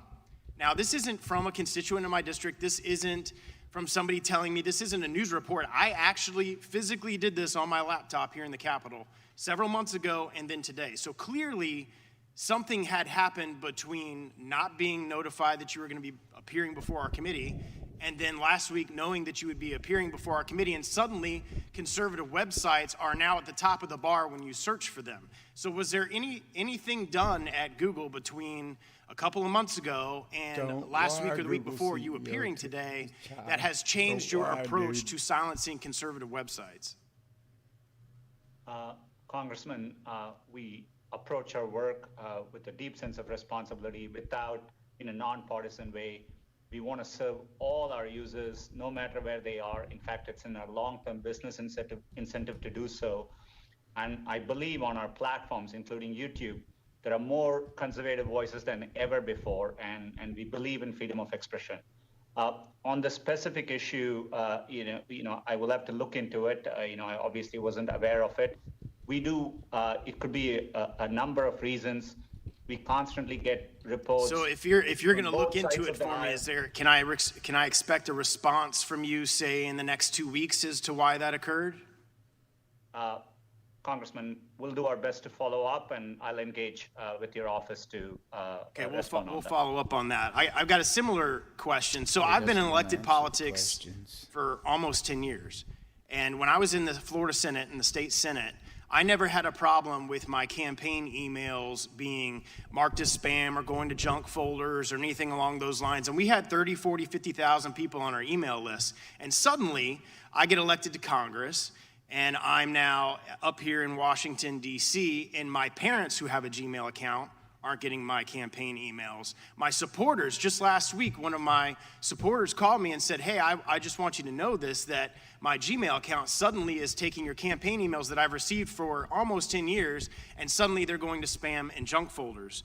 This appears to only be happening to conservative Republicans. I don't see anything in the news or anything in the press or other members on the other side of the aisle talking about their campaign emails getting thrown into junk folders in Gmail. So my question is why is this only happening to Republicans? And it's a fact, it's happening because I can have my supporters testify that they've received my emails for 9 years, and suddenly this last year, all of their Gmail, my campaign emails in their Gmail are going to their spam folder. So if you could give me some clarification on that, I would appreciate it.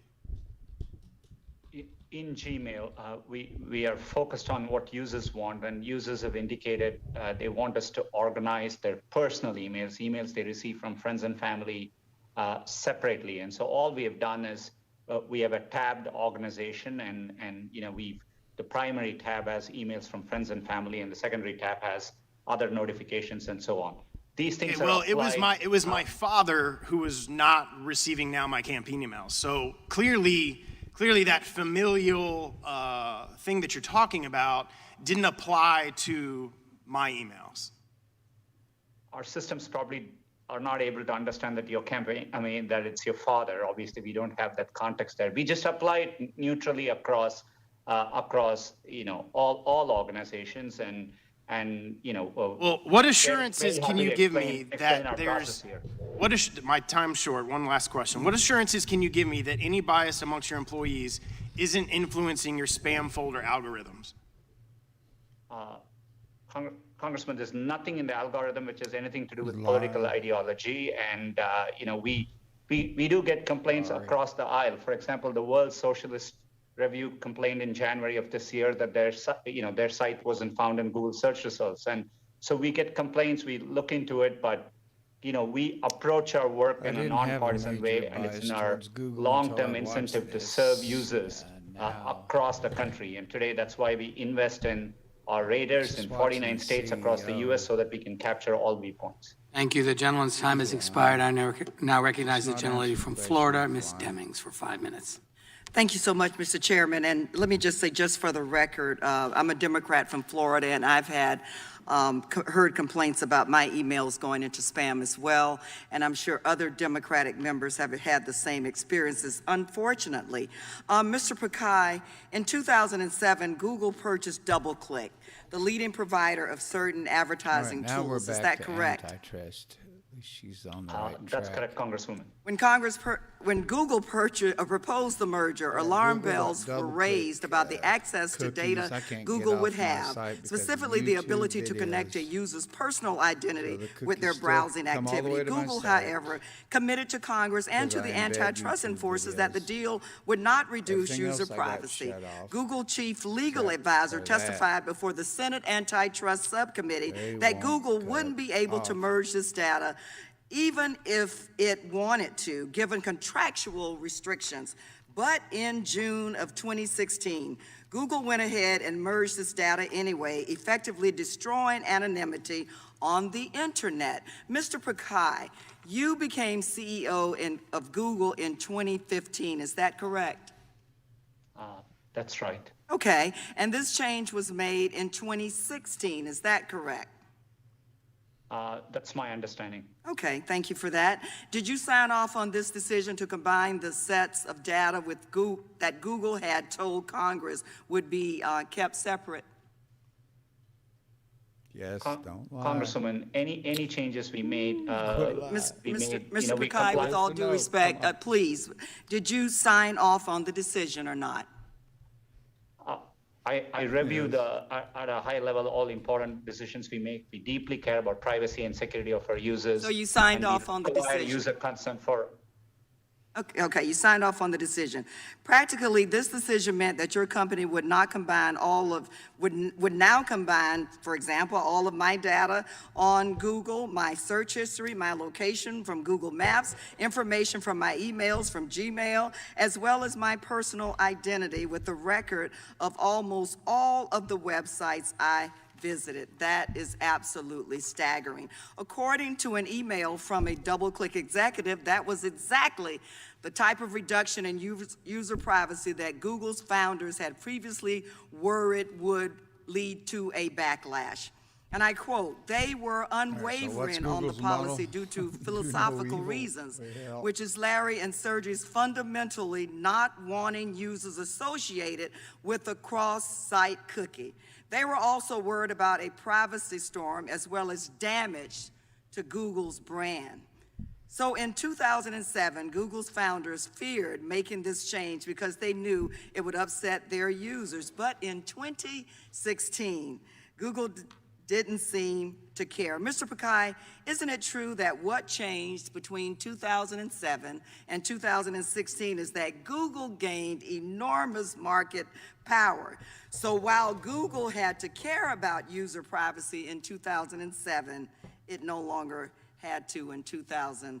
2016. Would you agree that what changed was Google gained enormous market power? Congresswoman, this is an important issue. If I could explain, well, we today make it very easy for users to be in control of their data. We have simplified their settings. They can turn ads personalization on or off. We have combined most of activity settings into 3 groupings. We remind users to go do a privacy checkup. 1 billion users have done so. Okay, Mr. Pakai, thank you so much for that. I am concerned that Google's bait and switch with DoubleClick is part of a broader pattern where Google buys up companies for the purposes of surveilling Americans, and because of Google's dominance, users have no choice but to surrender. In 2019, Google made over 80% of its total revenue through selling a ad placement. Is that correct, Mr. Pakai? About majority 80%? Of this is, yeah, okay. And because Google sells behavioral ads targeted to each of us as individuals, the more user data that Google collects, the more money Google can make. More user data means more money. Is that correct? She's got the best question. In general, that's not true. For example, when more you come user in data, not the more money Google collects. I'm sorry, please. So you're saying that the more user data, it does not mean the more money that Google can collect. Congresswoman, most of the data today we collect is to help users and provide personalized experiences back. Ad data Thank you so much, Mr. Pakai. Mr. Chairman, I yield back. Thank the gentlelady. The chair now recognizes the ranking member of the full committee, Mr. Jordan, for 5 minutes. Thank you, Mr. Chairman. Mr. Pachai, is Google going to tailor its features to help Joe Biden in the 2020 election? Congressman, we approach our work, we support both campaigns today. We think political ads is an important part of free speech in democratic societies, and we engage with campaigns, according to law, and approach our work in a nonpartisan way. We need to know. It's a yes or no question. Yeah. Can you assure Americans today you won't tailor your features to help Joe Biden in the upcoming election?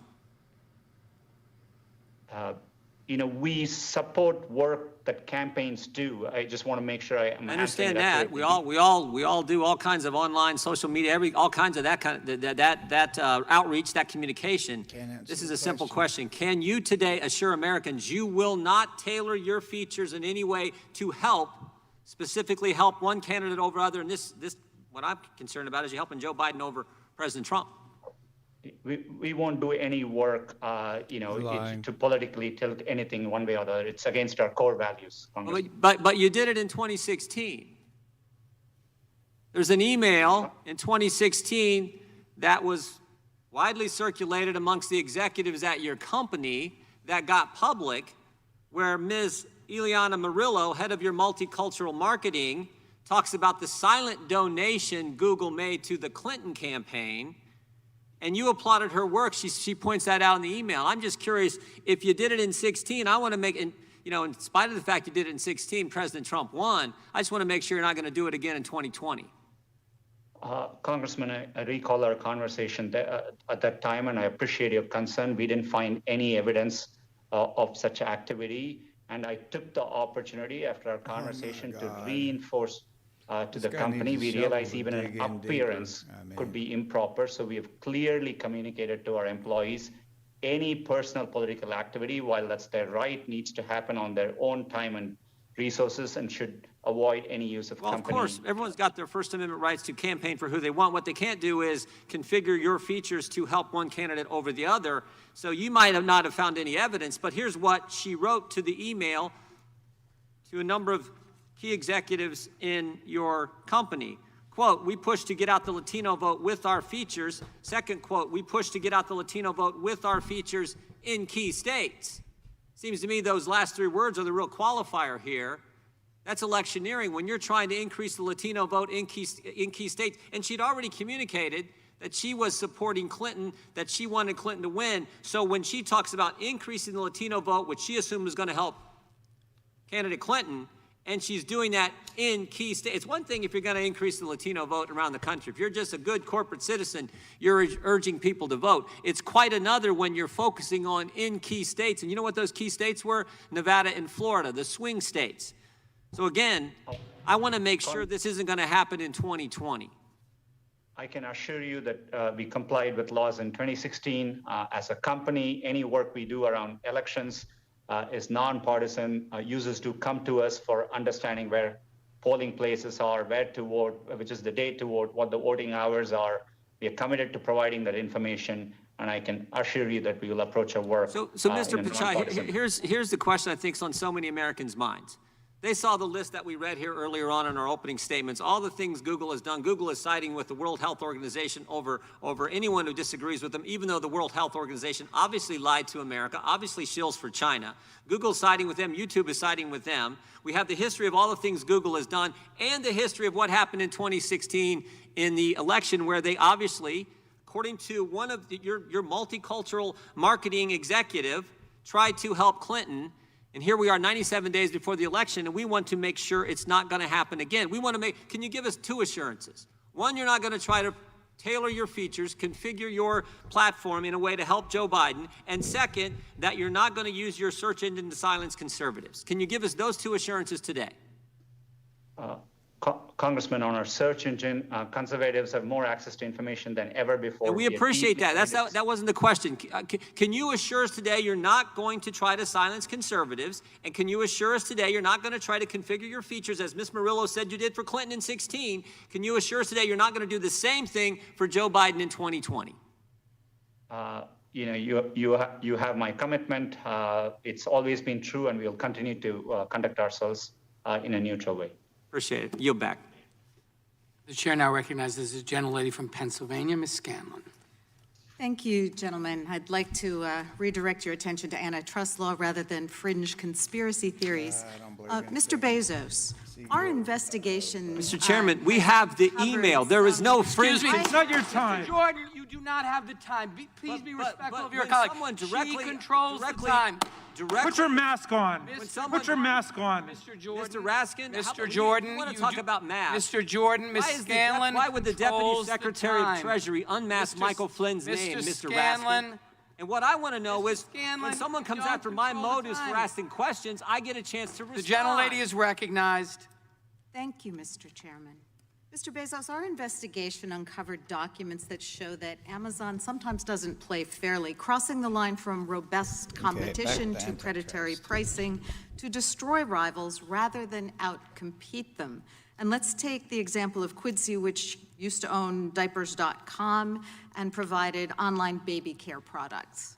In 2009, your team viewed diapers.com as Amazon's largest and fastest growing online competitor for diapers. One of Amazon's top executives said that diapers.com keeps the pressure on pricing on us, and strong competition from diapers.com meant that Amazon was having to work harder and harder so that customers didn't pick diapers.com over Amazon. And the customers we're talking about were hardworking families, single parents with babies, and young children. Now, because diapers.com was so successful, Amazon saw it as a threat. The documents that we've obtained show that Amazon employees began strategizing about ways to weaken this company. And in 2010, Amazon hatched a plot to go after diapers.com and take it out. In an email that I reviewed, and we've got these up on the slides, one of your top executives proposed to you a, quote, aggressive plan to win, end quote, against diapers.com, a plan that sought to undercut their business by temporarily slashing Amazon prices. We saw one of your profit and loss statements, and it appears that in 1 month alone, Amazon was willing to bleed over $200 million in diaper profit losses. Mr. Bezos, how much money was Amazon ultimately willing to lose on this campaign to undermine diapers.com? Thank you for the question. I don't know the direct answer to your question. This is going back in time, I think maybe 10 or 11 years or so. You could give me maybe the dates on those documents. But what I can tell you is that the idea of using diapers and products like that to attract new customers who have new families is a very traditional idea. Sure, well, let's delve into this a little further. I'm sorry, you know I only have a few minutes here, so I just want to press on. Your own documents make clear that the price war against diapers.com worked, and within a few months it was struggling, and so then Amazon bought it. After buying your leading competitor here, Amazon cut promotions like Amazon.mom and the steep discounts it used to lure customers away from diapers.com, and then increase the prices of diapers for new moms and dads. Mr. Bezos, did you personally sign off on the plan to raise prices after Amazon limited its competition? I don't remember that at all. What I remember is that we matched competitive prices, and I believe we followed diapers.com. Again, this is 11 years ago, so you're asking a lot of my memory, but I believe we followed diapers.com. I can also tell you after we bought diapers.com, we put more than $300 million into trying to make it successful. I'm sorry. So you said that Amazon focuses excessively on customers. So how would customers, especially single moms, new families, how would they benefit when the prices were driven up by the fact that you eliminated your main competitor? Well, I don't agree, with great respect, I don't agree with the premise. At the same time, you should recognize in context, diapers is a very large product category sold in many, many places, not just at Amazon. But this was the online diaper market. Now, we do have evidence that these predatory... I'm sorry, Mr. Bezos, I need to push on here. Of course, the evidence we've collected suggests that the predatory practices weren't unique here. In 2013, it was reported that you instructed Amazon employees to approach discussions with certain business partners, and I quote, the way a cheetah would pursue a sickly gazelle. Is the Gazelle Project still in place, and does Amazon pursue similar predatory campaigns in other parts of its business? Scanlon, Democrat, Pennsylvania. I cannot comment on that because I don't remember it. What I can tell you is that we are very, very focused on the customer, as you started. And of course, that does include bargaining very hard with vendors and suppliers to get the lowest prices so that we can offer those to customers. Mr. Bezos, I'm almost out of time. I'm concerned too, because especially with the current pandemic, one of the biggest needs I'm seeing at the food drives and the giveaways that we're having to run in my district is that families don't have diapers, and we have to collect them to give them out. So it certainly is something that has a really hard impact on families, and I'm really concerned that pricing might have been driven up here by this tactic, and I yield back.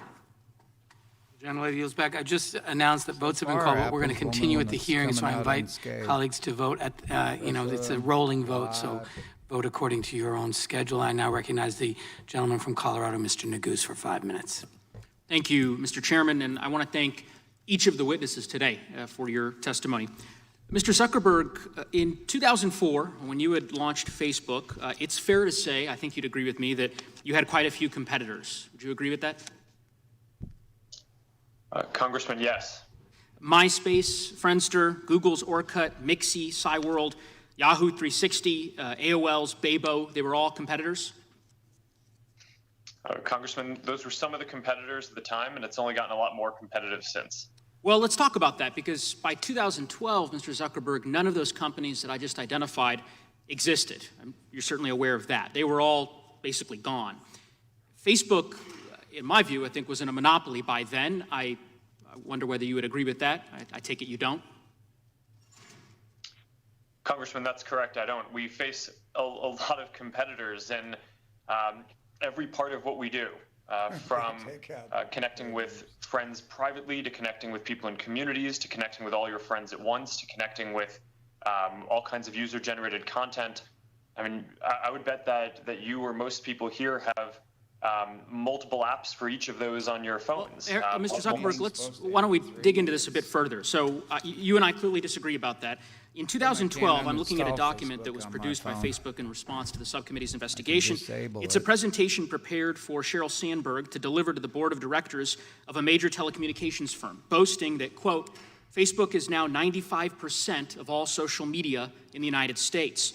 The title of the slide is even, quote, the industry consolidates as it matures. So as I look at that graph, I certainly think most folks would concede that Facebook was a monopoly as early as 2012. But nonetheless, I understand that we disagree on that point.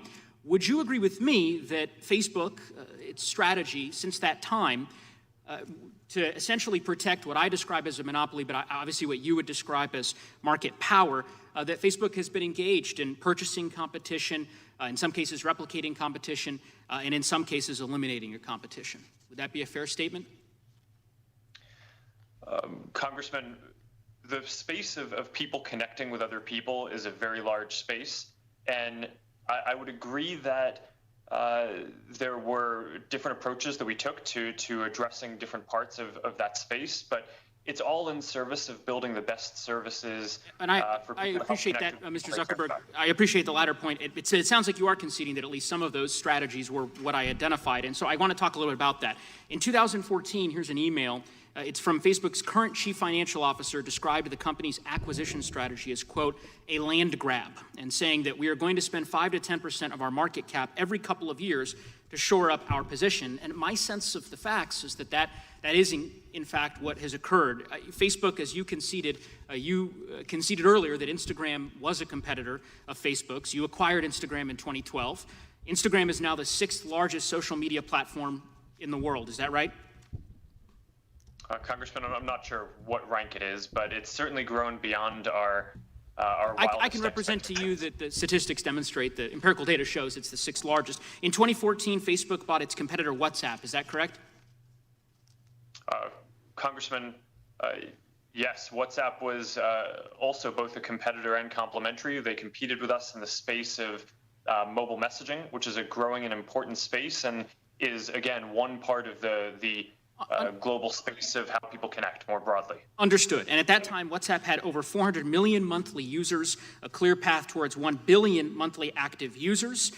And WhatsApp is now the 2nd largest social media platform in the world, with 2 billion users worldwide, more than Facebook Messenger. And of course, your company owns WhatsApp. Facebook also tried to buy other competitive startups. In fact, as Chairman Nadler noted, you did tell one of Facebook's senior engineers in 2012 that you can, quote, likely just buy any competitive startup, but it'll be a while before we can buy Google. Do you recall writing that email?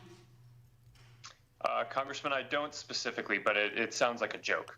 Well, I don't take it as a joke. As I review the email, it was in regards to having just closed the Instagram sale. And the response from this individual, this engineer, to you was, quote, well played. Your response was, thanks. One reason people underestimate the importance of watching Google is that we can likely always just buy any competitive startups, but it'll be a while before we can buy Google. And given the purchases that Facebook had made previous to this and the attempted purchases, my understanding is that Facebook made several overtures to Snapchat, for example, which rebuffed those efforts, clearly demonstrates, in my view, that email was not made in jest. But here's why I ask these questions, Mr. Zuckerberg. It strikes me that over the course of the last several years, Facebook has used its market power to either purchase or replicate the competition. And Facebook Messenger, WhatsApp, Instagram are the most now downloaded apps of the last decade. Your company, sir, owns them all. And we have a word for that. That word is monopoly. With that, I would yield back, Mr. Chairman. Thank the gentleman. I now recognize the gentlelady from Georgia, Ms. McBath, for 5 minutes. Thank you, Mr. Chairman. Mr. Bezos, you referred to third-party sellers today as Amazon's partners and that your success depends on their success. But over the past year, we've heard a completely different story. As part of this investigation, we've interviewed many small businesses, and they use the words like bullying, fear, and panic to describe their relationship with Amazon. I'm going to share the story of a small business owner who is also a wife and a mother, so you can understand how this is actually affecting the lives of everyday people and why this truly matters. We were a top bookseller on Amazon.com, and we worked day and night very hard towards growing our business and maintaining a 5-star feedback rating. Most importantly, this business feeds a total of 14 people, which includes 3 children and one 90-year-old granny. And as we grew, we were shrinking Amazon's market share in the textbooks category. So now in retaliation, Amazon started restricting us from selling. They started with a few titles in early 2019, and within 6 months, Amazon systematically blocked us from selling the full textbook category. We haven't sold a single book from the past 10 months or probably more. We were never given a reason. Wow. Amazon didn't even provide us bad. with a notice as to why we were being restricted. There was no warning. There was no plan. So, Mr. Bezos, after Amazon delisted the small business without any apparent reason or notice, she told us that they sent more than 500 separate communications to Amazon, including to you, Mr. Bezos, over the past year. There was not a single meaningful response. Do you think this is an acceptable way to treat someone that you described as both a partner and a customer? No, Congresswoman, and I appreciate you showing me that anecdote, and I would like to talk to her. It does not at all to me seem like the right way to treat her, and I'm surprised by that. And it's not the systematic approach that we take, I can assure you. I don't even understand what's going on in that anecdote, because we would love for third-party sellers to sell books on the website. Sir. So I don't understand it, but I would like to understand it better. And with your permission, I would like to get in touch with your office. I think, though, that you're missing the point. This is not just about one business. You know, I'm concerned that this is a pattern of behavior, and basically this pattern of behavior has to change. Mr. Bezos, my question is simply, are you willing to make sure going forward that, you know, the numerous sellers that we've talked to, they have problems just like this. And there are more sellers who've told us that they've exhausted all of their options before finally reaching out to you directly as a last resort, but they're still waiting for your response. So what do you have to say to the small businesses who are talking to Congress because you simply won't listen to them? It's going to take people just flat going. Well, I say that's not acceptable. If we aren't listening to you, I'm not happy about that at all. But I would, you know, if you allow me to disagree a little bit with a piece of this, I do not think that's systematically what's going on. And the evidence that I would suggest would be useful for you to consider in that regard is that third-party sellers in aggregate are doing extremely well on Amazon. They grew from 20 years ago it was 0, and today it's 60% of sales. Third-party sellers are growing even faster. Thank you so much. Mr. Bezos, thank you so much. You said that sellers have many other attractive options to reach customers, but that's not at all what we found in our investigation. According to eMarketer, a source Amazon cited in submissions to this committee, Amazon has nearly 7 times the market share of its closest e-commerce competitor. One seller told us that, and I quote, Amazon continues to be the only show in town. No matter how angry sellers get, they have nowhere else to go. So are you saying that these people aren't being truthful when they say that Amazon is the only game in town? Yeah, Congresswoman, with great respect, I do disagree with that. I believe that there are a lot of options, and some of them are not even listed on that chart. I just looked at it briefly, but I didn't see some that I know of, for example. So I think there are a lot of things. Okay, thank you. All right, thank you for that. Mr. Bezos, my time is short. If Amazon didn't have monopoly power over these sellers, do you think they would choose to stay in a relationship that's characterized by bullying, fear, and panic? With all respect, Congresswoman, I do not accept the premise of your question. That is not how we operate the business. Okay. All right. And in fact, we work very hard to provide fantastic tools for sellers, and that's why they've been successful. Thank you for that. Mr. Bezos, I'm going to close with giving the bookseller the opportunity to finally be heard by you. Mr. Bezos, we increased our sales on Amazon by 5 times in the past 3 years. And we have contributed that much of proportional seller fees to Amazon. We have contributed that much to your business, to 5 times. We followed all the rules that were set by you. We please, Amazon just help us in earning a livelihood. Give me your money. We beg you. There are 14 lives at stake. Please, please, please help us get back on track. With that, I yield back the balance of my time. I thank the gentlelady. We've now concluded our first round. I now recognize myself for 5 minutes. Mr. Bezos, according to your testimony, the marketplace is competitive. But Amazon controls as much as 75% of all online marketplace sales. And eMarketer, a source you cited to us in submissions to this committee, reports that Amazon has nearly 7 times the market share of its closest competitor. Isn't it true that small businesses have no real option but to rely on Amazon to connect with customers and make online sales? Okay, we're all good there. No, sir. With great respect, I do have a different opinion on that.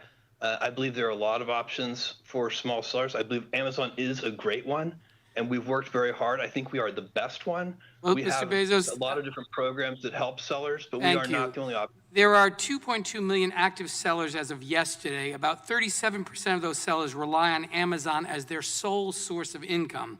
That is over 800,000 people relying on Amazon to feed their families, put their kids through school, and keep a roof over their heads.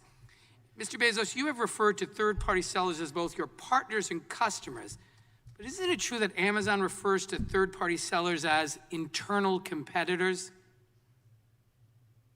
I think I wouldn't surprise me. In some ways, we are competing, and they're also competing with each other. Well, that's right. Your The own marketplace documents, does allow that. Mr. Bezos, Amazon's own documents that you produce refer to the very same sellers that you've described as Amazon partners as internal competitors.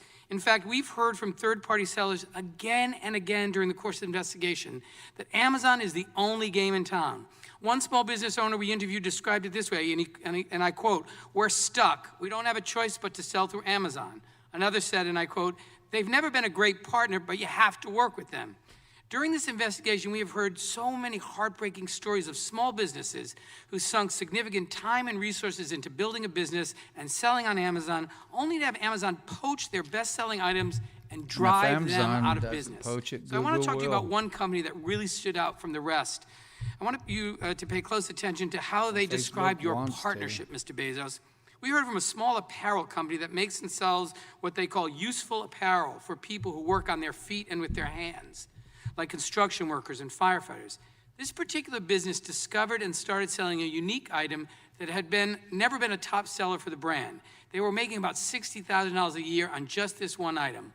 One day they woke up and found that Amazon had started listing the exact same product, causing their sales to go to zero overnight. Amazon had undercut their price, setting it below what the manufacturer would generally allow it to be sold, so that even if they wanted to, they couldn't match the price. Here's how the apparel company described working with Amazon, and I quote, "Amazon strings you along for a while because it feels so good to get that paycheck every week. And in the past, for lack of a better term, we called it Amazon heroin because you just kept going and you had to get your next fix, your next check.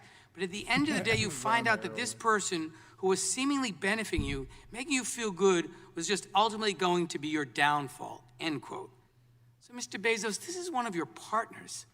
Why on earth would they compare your company to a drug dealer? Sir, I have great respect for you in this committee, but I completely disagree with that characterization. What we have done is create in the store a place. If you go back in time, we sold only our own inventory. It was a very controversial decision inside the company to invite third-party sellers to come into what is really our most valuable retail real estate, our product detail pages. We did that because we were convinced that it would be better for the consumer. It would be better for the customer Bezos, to have all of that selection. And I think we were right, and I think it's worked out well. Reclaiming my time. Unfortunately, this is one of reclaiming my time, Mr. Bezos. This is one of many small companies that have told us during this year-long investigation that they were mistreated, abused, and tossed aside by Amazon. Now, Mr. Bezos, you say that Amazon is only focused on doing what's best for the customer. You just said it again, and that also third-party sellers. But how is that possible when you compete directly with third-party sellers with your own products that undercut the competition?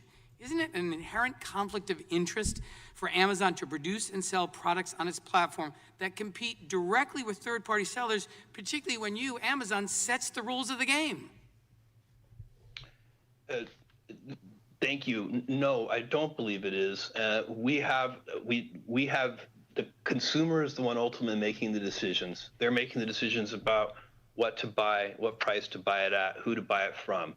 And That's not the question, Mr. Bezos. The question is there an inherent conflict of interest because you are a data company? Yes, you know when customers put something in their cart, when they take it out. Traditional brick and mortar stores like a grocery store where competition occurs don't have that. And so I just want to follow up finally on an answer to the question that you gave to Congressman Jayapal. You said that you can't guarantee that the policy of not sharing third-party sellers' data with Amazon's own line hasn't been violated. You couldn't be certain. Can you please explain that to me? Can you list examples of where that policy has been violated? Because it's particularly concerning to me, Mr. Bezos, that shouldn't third parties know for sure that data isn't being shared with your own line, their competitors? Why should a third-party seller list their product on Amazon if they're just going to be undercut by Amazon's own product as a result of data you take from them? Sir, I think what I want you to understand, and I think is important to understand, is that we have a policy against using individual seller data to compete with our private label products. But you couldn't assure Ms. Jayapal that that policy isn't violated routinely.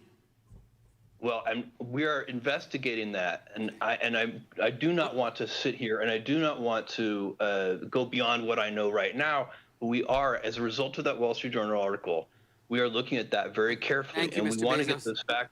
And I will surely share them with you. Thank you, and we look forward to that. The evidence we've collected shows that Amazon is only interested in exploiting its monopoly power over the e-commerce marketplace to further expand and protect this power. This investigation makes clear that Amazon's dual role as a platform operator and competing seller on that platform is fundamentally anti-competitive, and Congress must take action. And with that, I recognize the gentleman from Wisconsin, the ranking member of the subcommittee, Mr. Sensenbrenner, for 5 minutes. Mr. Chairman, I think that the history proves that Congress does a poor job in picking winners and losers. And I've looked over a lot of the material that has been assembled. I've been working with the chairman for over a year on this bipartisan investigation. And I have reached the conclusion that we do not need to change our antitrust laws. They have been working just fine. The question here is the question of enforcement of those antitrust laws. Now, we've heard a lot about the Facebook acquisition of Instagram. That happened in 2012.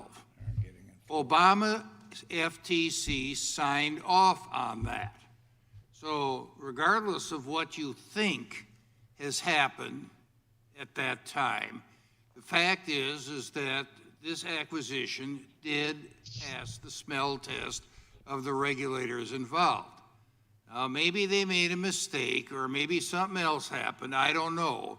But the fact is that there is not a problem with the law. Now, back about 35 years ago, AT&T was broken up because it was determined that one-stop shops were monopolistic. And AT&T, because you had to get your long-distance service from your local phone company, that was monopolistic. So the baby bells were spun off. A whole lot has happened since then. There were mergers and acquisitions in the telecom industry. Technology advanced a huge amount. And guess what? We're back to exactly where we were in 1984. So this goes to show that congressional pressure is not the best. Now, using the AT&T example, which I think was a big flop and counterproductive, let me ask Mr. Bezos, say the AT&T example was applied to Amazon, and you were required to spin stuff off. So you might have no more of a one-stop shop, but you have to go to separate places for books or groceries or videos or electronics. How are the consumers helped by that? Sir, thank you. They would not be. Right. Very clear. Now, Mr. Pichai, let me ask about Google. If you were forced to split up your business lines, say spin off ad tech and YouTube, can you describe what happens to consumers there? Congressman, today, consumers in most of the areas we are dealing with, they see prices free or falling, and they get more choice than ever before. So I think it serves them well. And you're right there.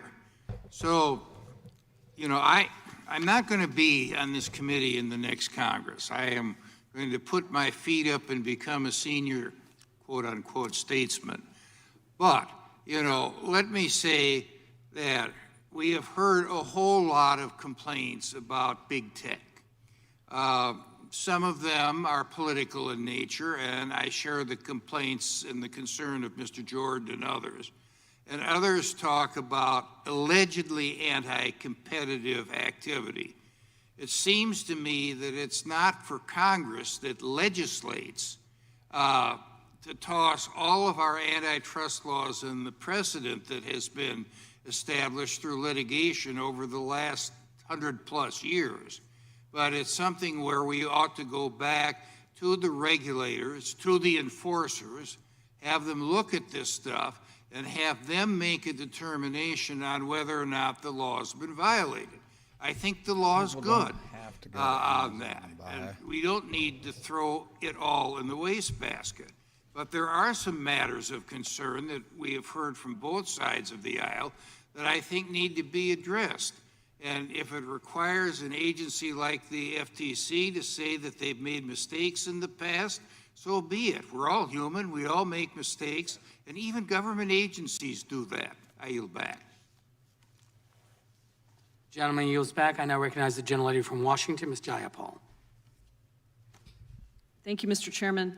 Mr. Zuckerberg, in March of 2012, you suggested by email to your management team that moving faster and copying other apps could, quote, prevent our competitors from getting footholds. Sheryl Sandberg responded that, quote, it is better to do more and move faster, especially if that means you don't have competitors build products that take some of our users. Facebook's product management director added that, quote, I would love to be far more aggressive and nimble in copying competitors. Has Facebook ever taken steps to prevent competitors from getting footholds by copying competitors? Congresswoman, I view it as our job to understand what people are finding valuable in all of the services that they use.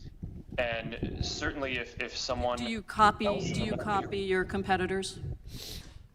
Congresswoman, we've certainly adapted features that others have led in, as have others copied and adapted features that I'm not concerned about others. I'm just asking you, Mr. Zuckerberg, since March of 2012, after that email conversation, how many competitors did Facebook end up copying? Congresswoman, he doesn't know. Nobody can't knows. give you a number of companies. Is it less than 5? No. Congresswoman, I don't know. Less than 50? Less than 500. Any estimates? Your team was making a plan. How did it play out? Congresswoman, I'm not sure I agree with the premise here. Our job is to make sure that we build the best services for people to connect with all the people they care about. And a lot of that is done by innovating and by building new things that are leading the way internally. Thank you, Mr. Zuckerberg. Let me go on. Has Facebook ever threatened to clone the products of another company while also attempting to acquire that company? Congresswoman, not that I recall. And I'd like to just remind you that you are under oath, and there are quotes from Facebook's own documents. Prior to acquiring Instagram, Facebook began developing a similar product called Facebook Camera, correct? Congresswoman, that's correct. I've said multiple times that we were competing in the space of building mobile cameras with Instagram. That's what they did at the time.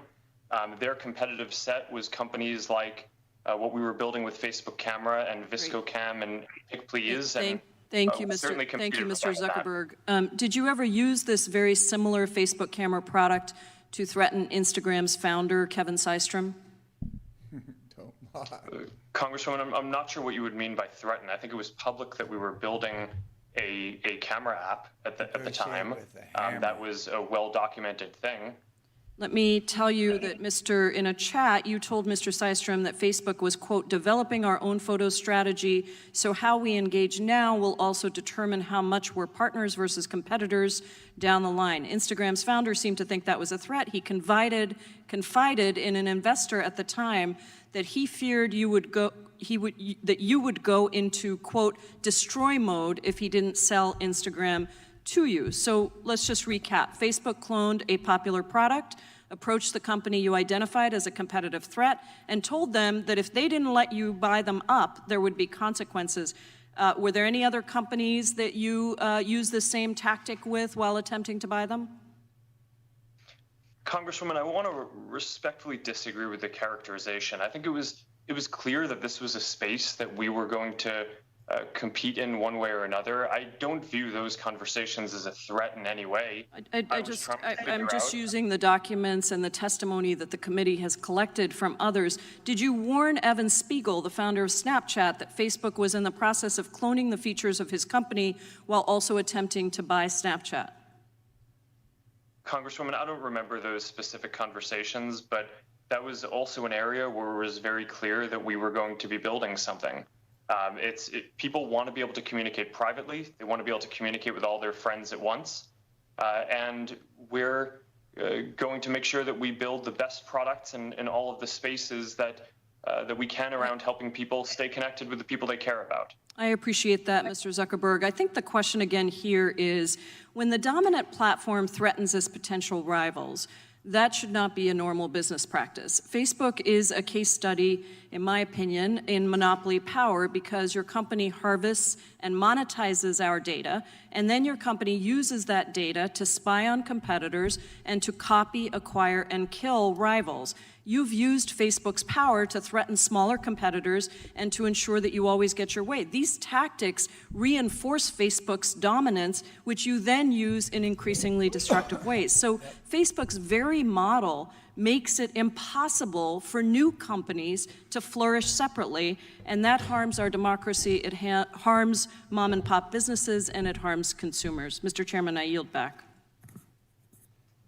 The gentlewoman yields back. The gentleman from Colorado, Mr. Buck, is recognized for 5 minutes. Thank you, Mr. Chairman. Mr. Bezos, thank you for being here today. I'm concerned that you've used Amazon's dominant market position to unfairly harm competition. We've heard from a number of companies that Amazon uses proprietary data from third-party companies to launch its own private label products, meets with startups to discuss investing in the product, and then uses the proprietary data from these meetings to create its own private label products, allows the sale of counterfeit items through its web platform. During this subcommittee's field hearing in Boulder this January, PopSocket's CEO and inventor David Barnett detailed how Amazon allowed counterfeit products to appear on Amazon's marketplace ahead of PopSocket's products. Mr. Barnett told CNBC that PopSockets found at least 1,000 counterfeit products for sale on Amazon's marketplace, which Amazon allegedly failed to remedy until PopSockets agreed to a nearly $2 million marketing deal with Amazon. We've also seen troubling reports in the Wall Street Journal detailing Amazon's use of third-party sellers' proprietary data to develop and market its own competitive private label products. The Wall Street Journal also reported last week that Amazon's venture capital fund used meetings with unsuspecting startup companies to gain access to secret proprietary product information and financial details. Amazon then reportedly used that information to launch competing products, often disastrous results for the original startup company. There are many examples of this behavior, but one allegation in the journal's reporting sticks out in particular.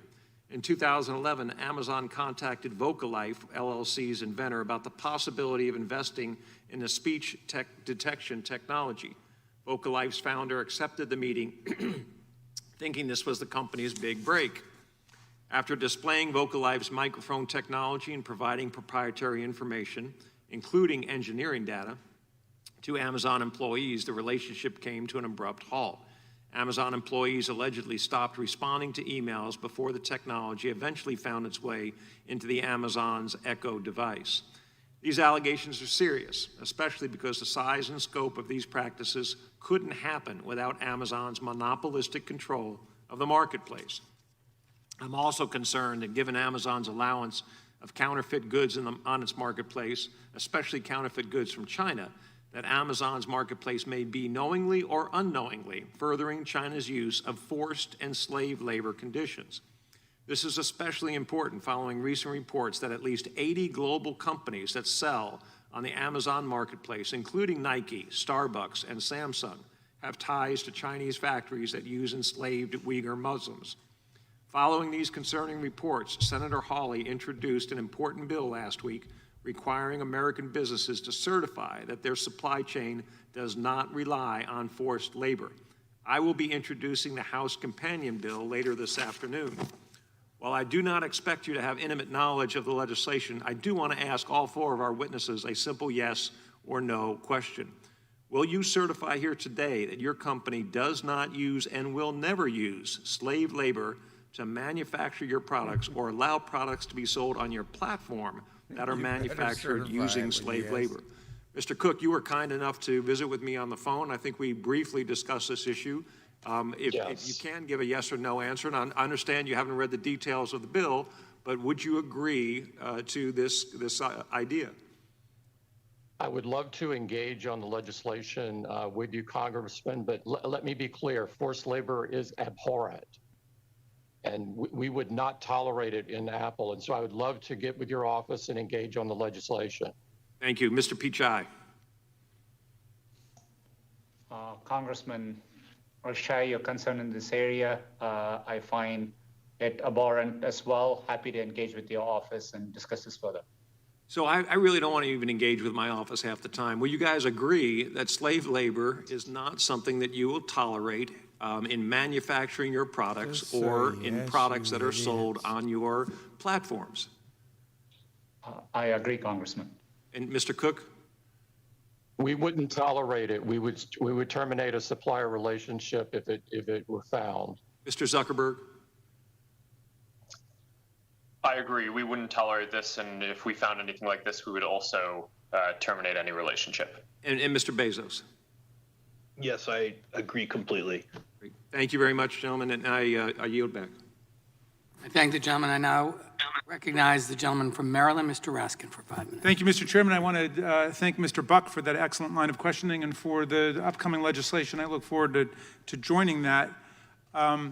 We want, you know, in the 19th century, we had the robber barons. In the 21st century, we got the cyber barons. And we want to make sure that the extraordinary power and wealth that you've been able to amass is not used against the interests of democracy and human rights around the world, and not against the interests of a free market at home. So, Mr. Bezos, let me turn to you. I'm interested in this hearing, I find Amazon guilty, Facebook guilty, Google guilty. CEO of Google couldn't give a straight answer. What happened to do no evil? Facebook couldn't hardly give a straight answer. Lied. Amazon, half and half. Apple's okay. They answered all their questions right. Don't forget Friday night stream giving away a XPG RAM kit.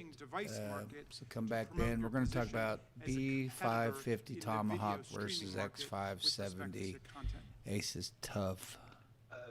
I'm not familiar with the So details of those negotiations. I think it'll be interesting for all the people who want to talk about motherboards again. Companies will eventually come to an agreement, and I think this is Go kind for of another minute or two and wrap it two up. large companies. Right, but here's why I pursue it, precisely because it is a large company, and in a way, they stand in for hundreds of thousands of much smaller companies who are even in a more disadvantageous position with respect to negotiating with you. I guess the general proposition then you can speak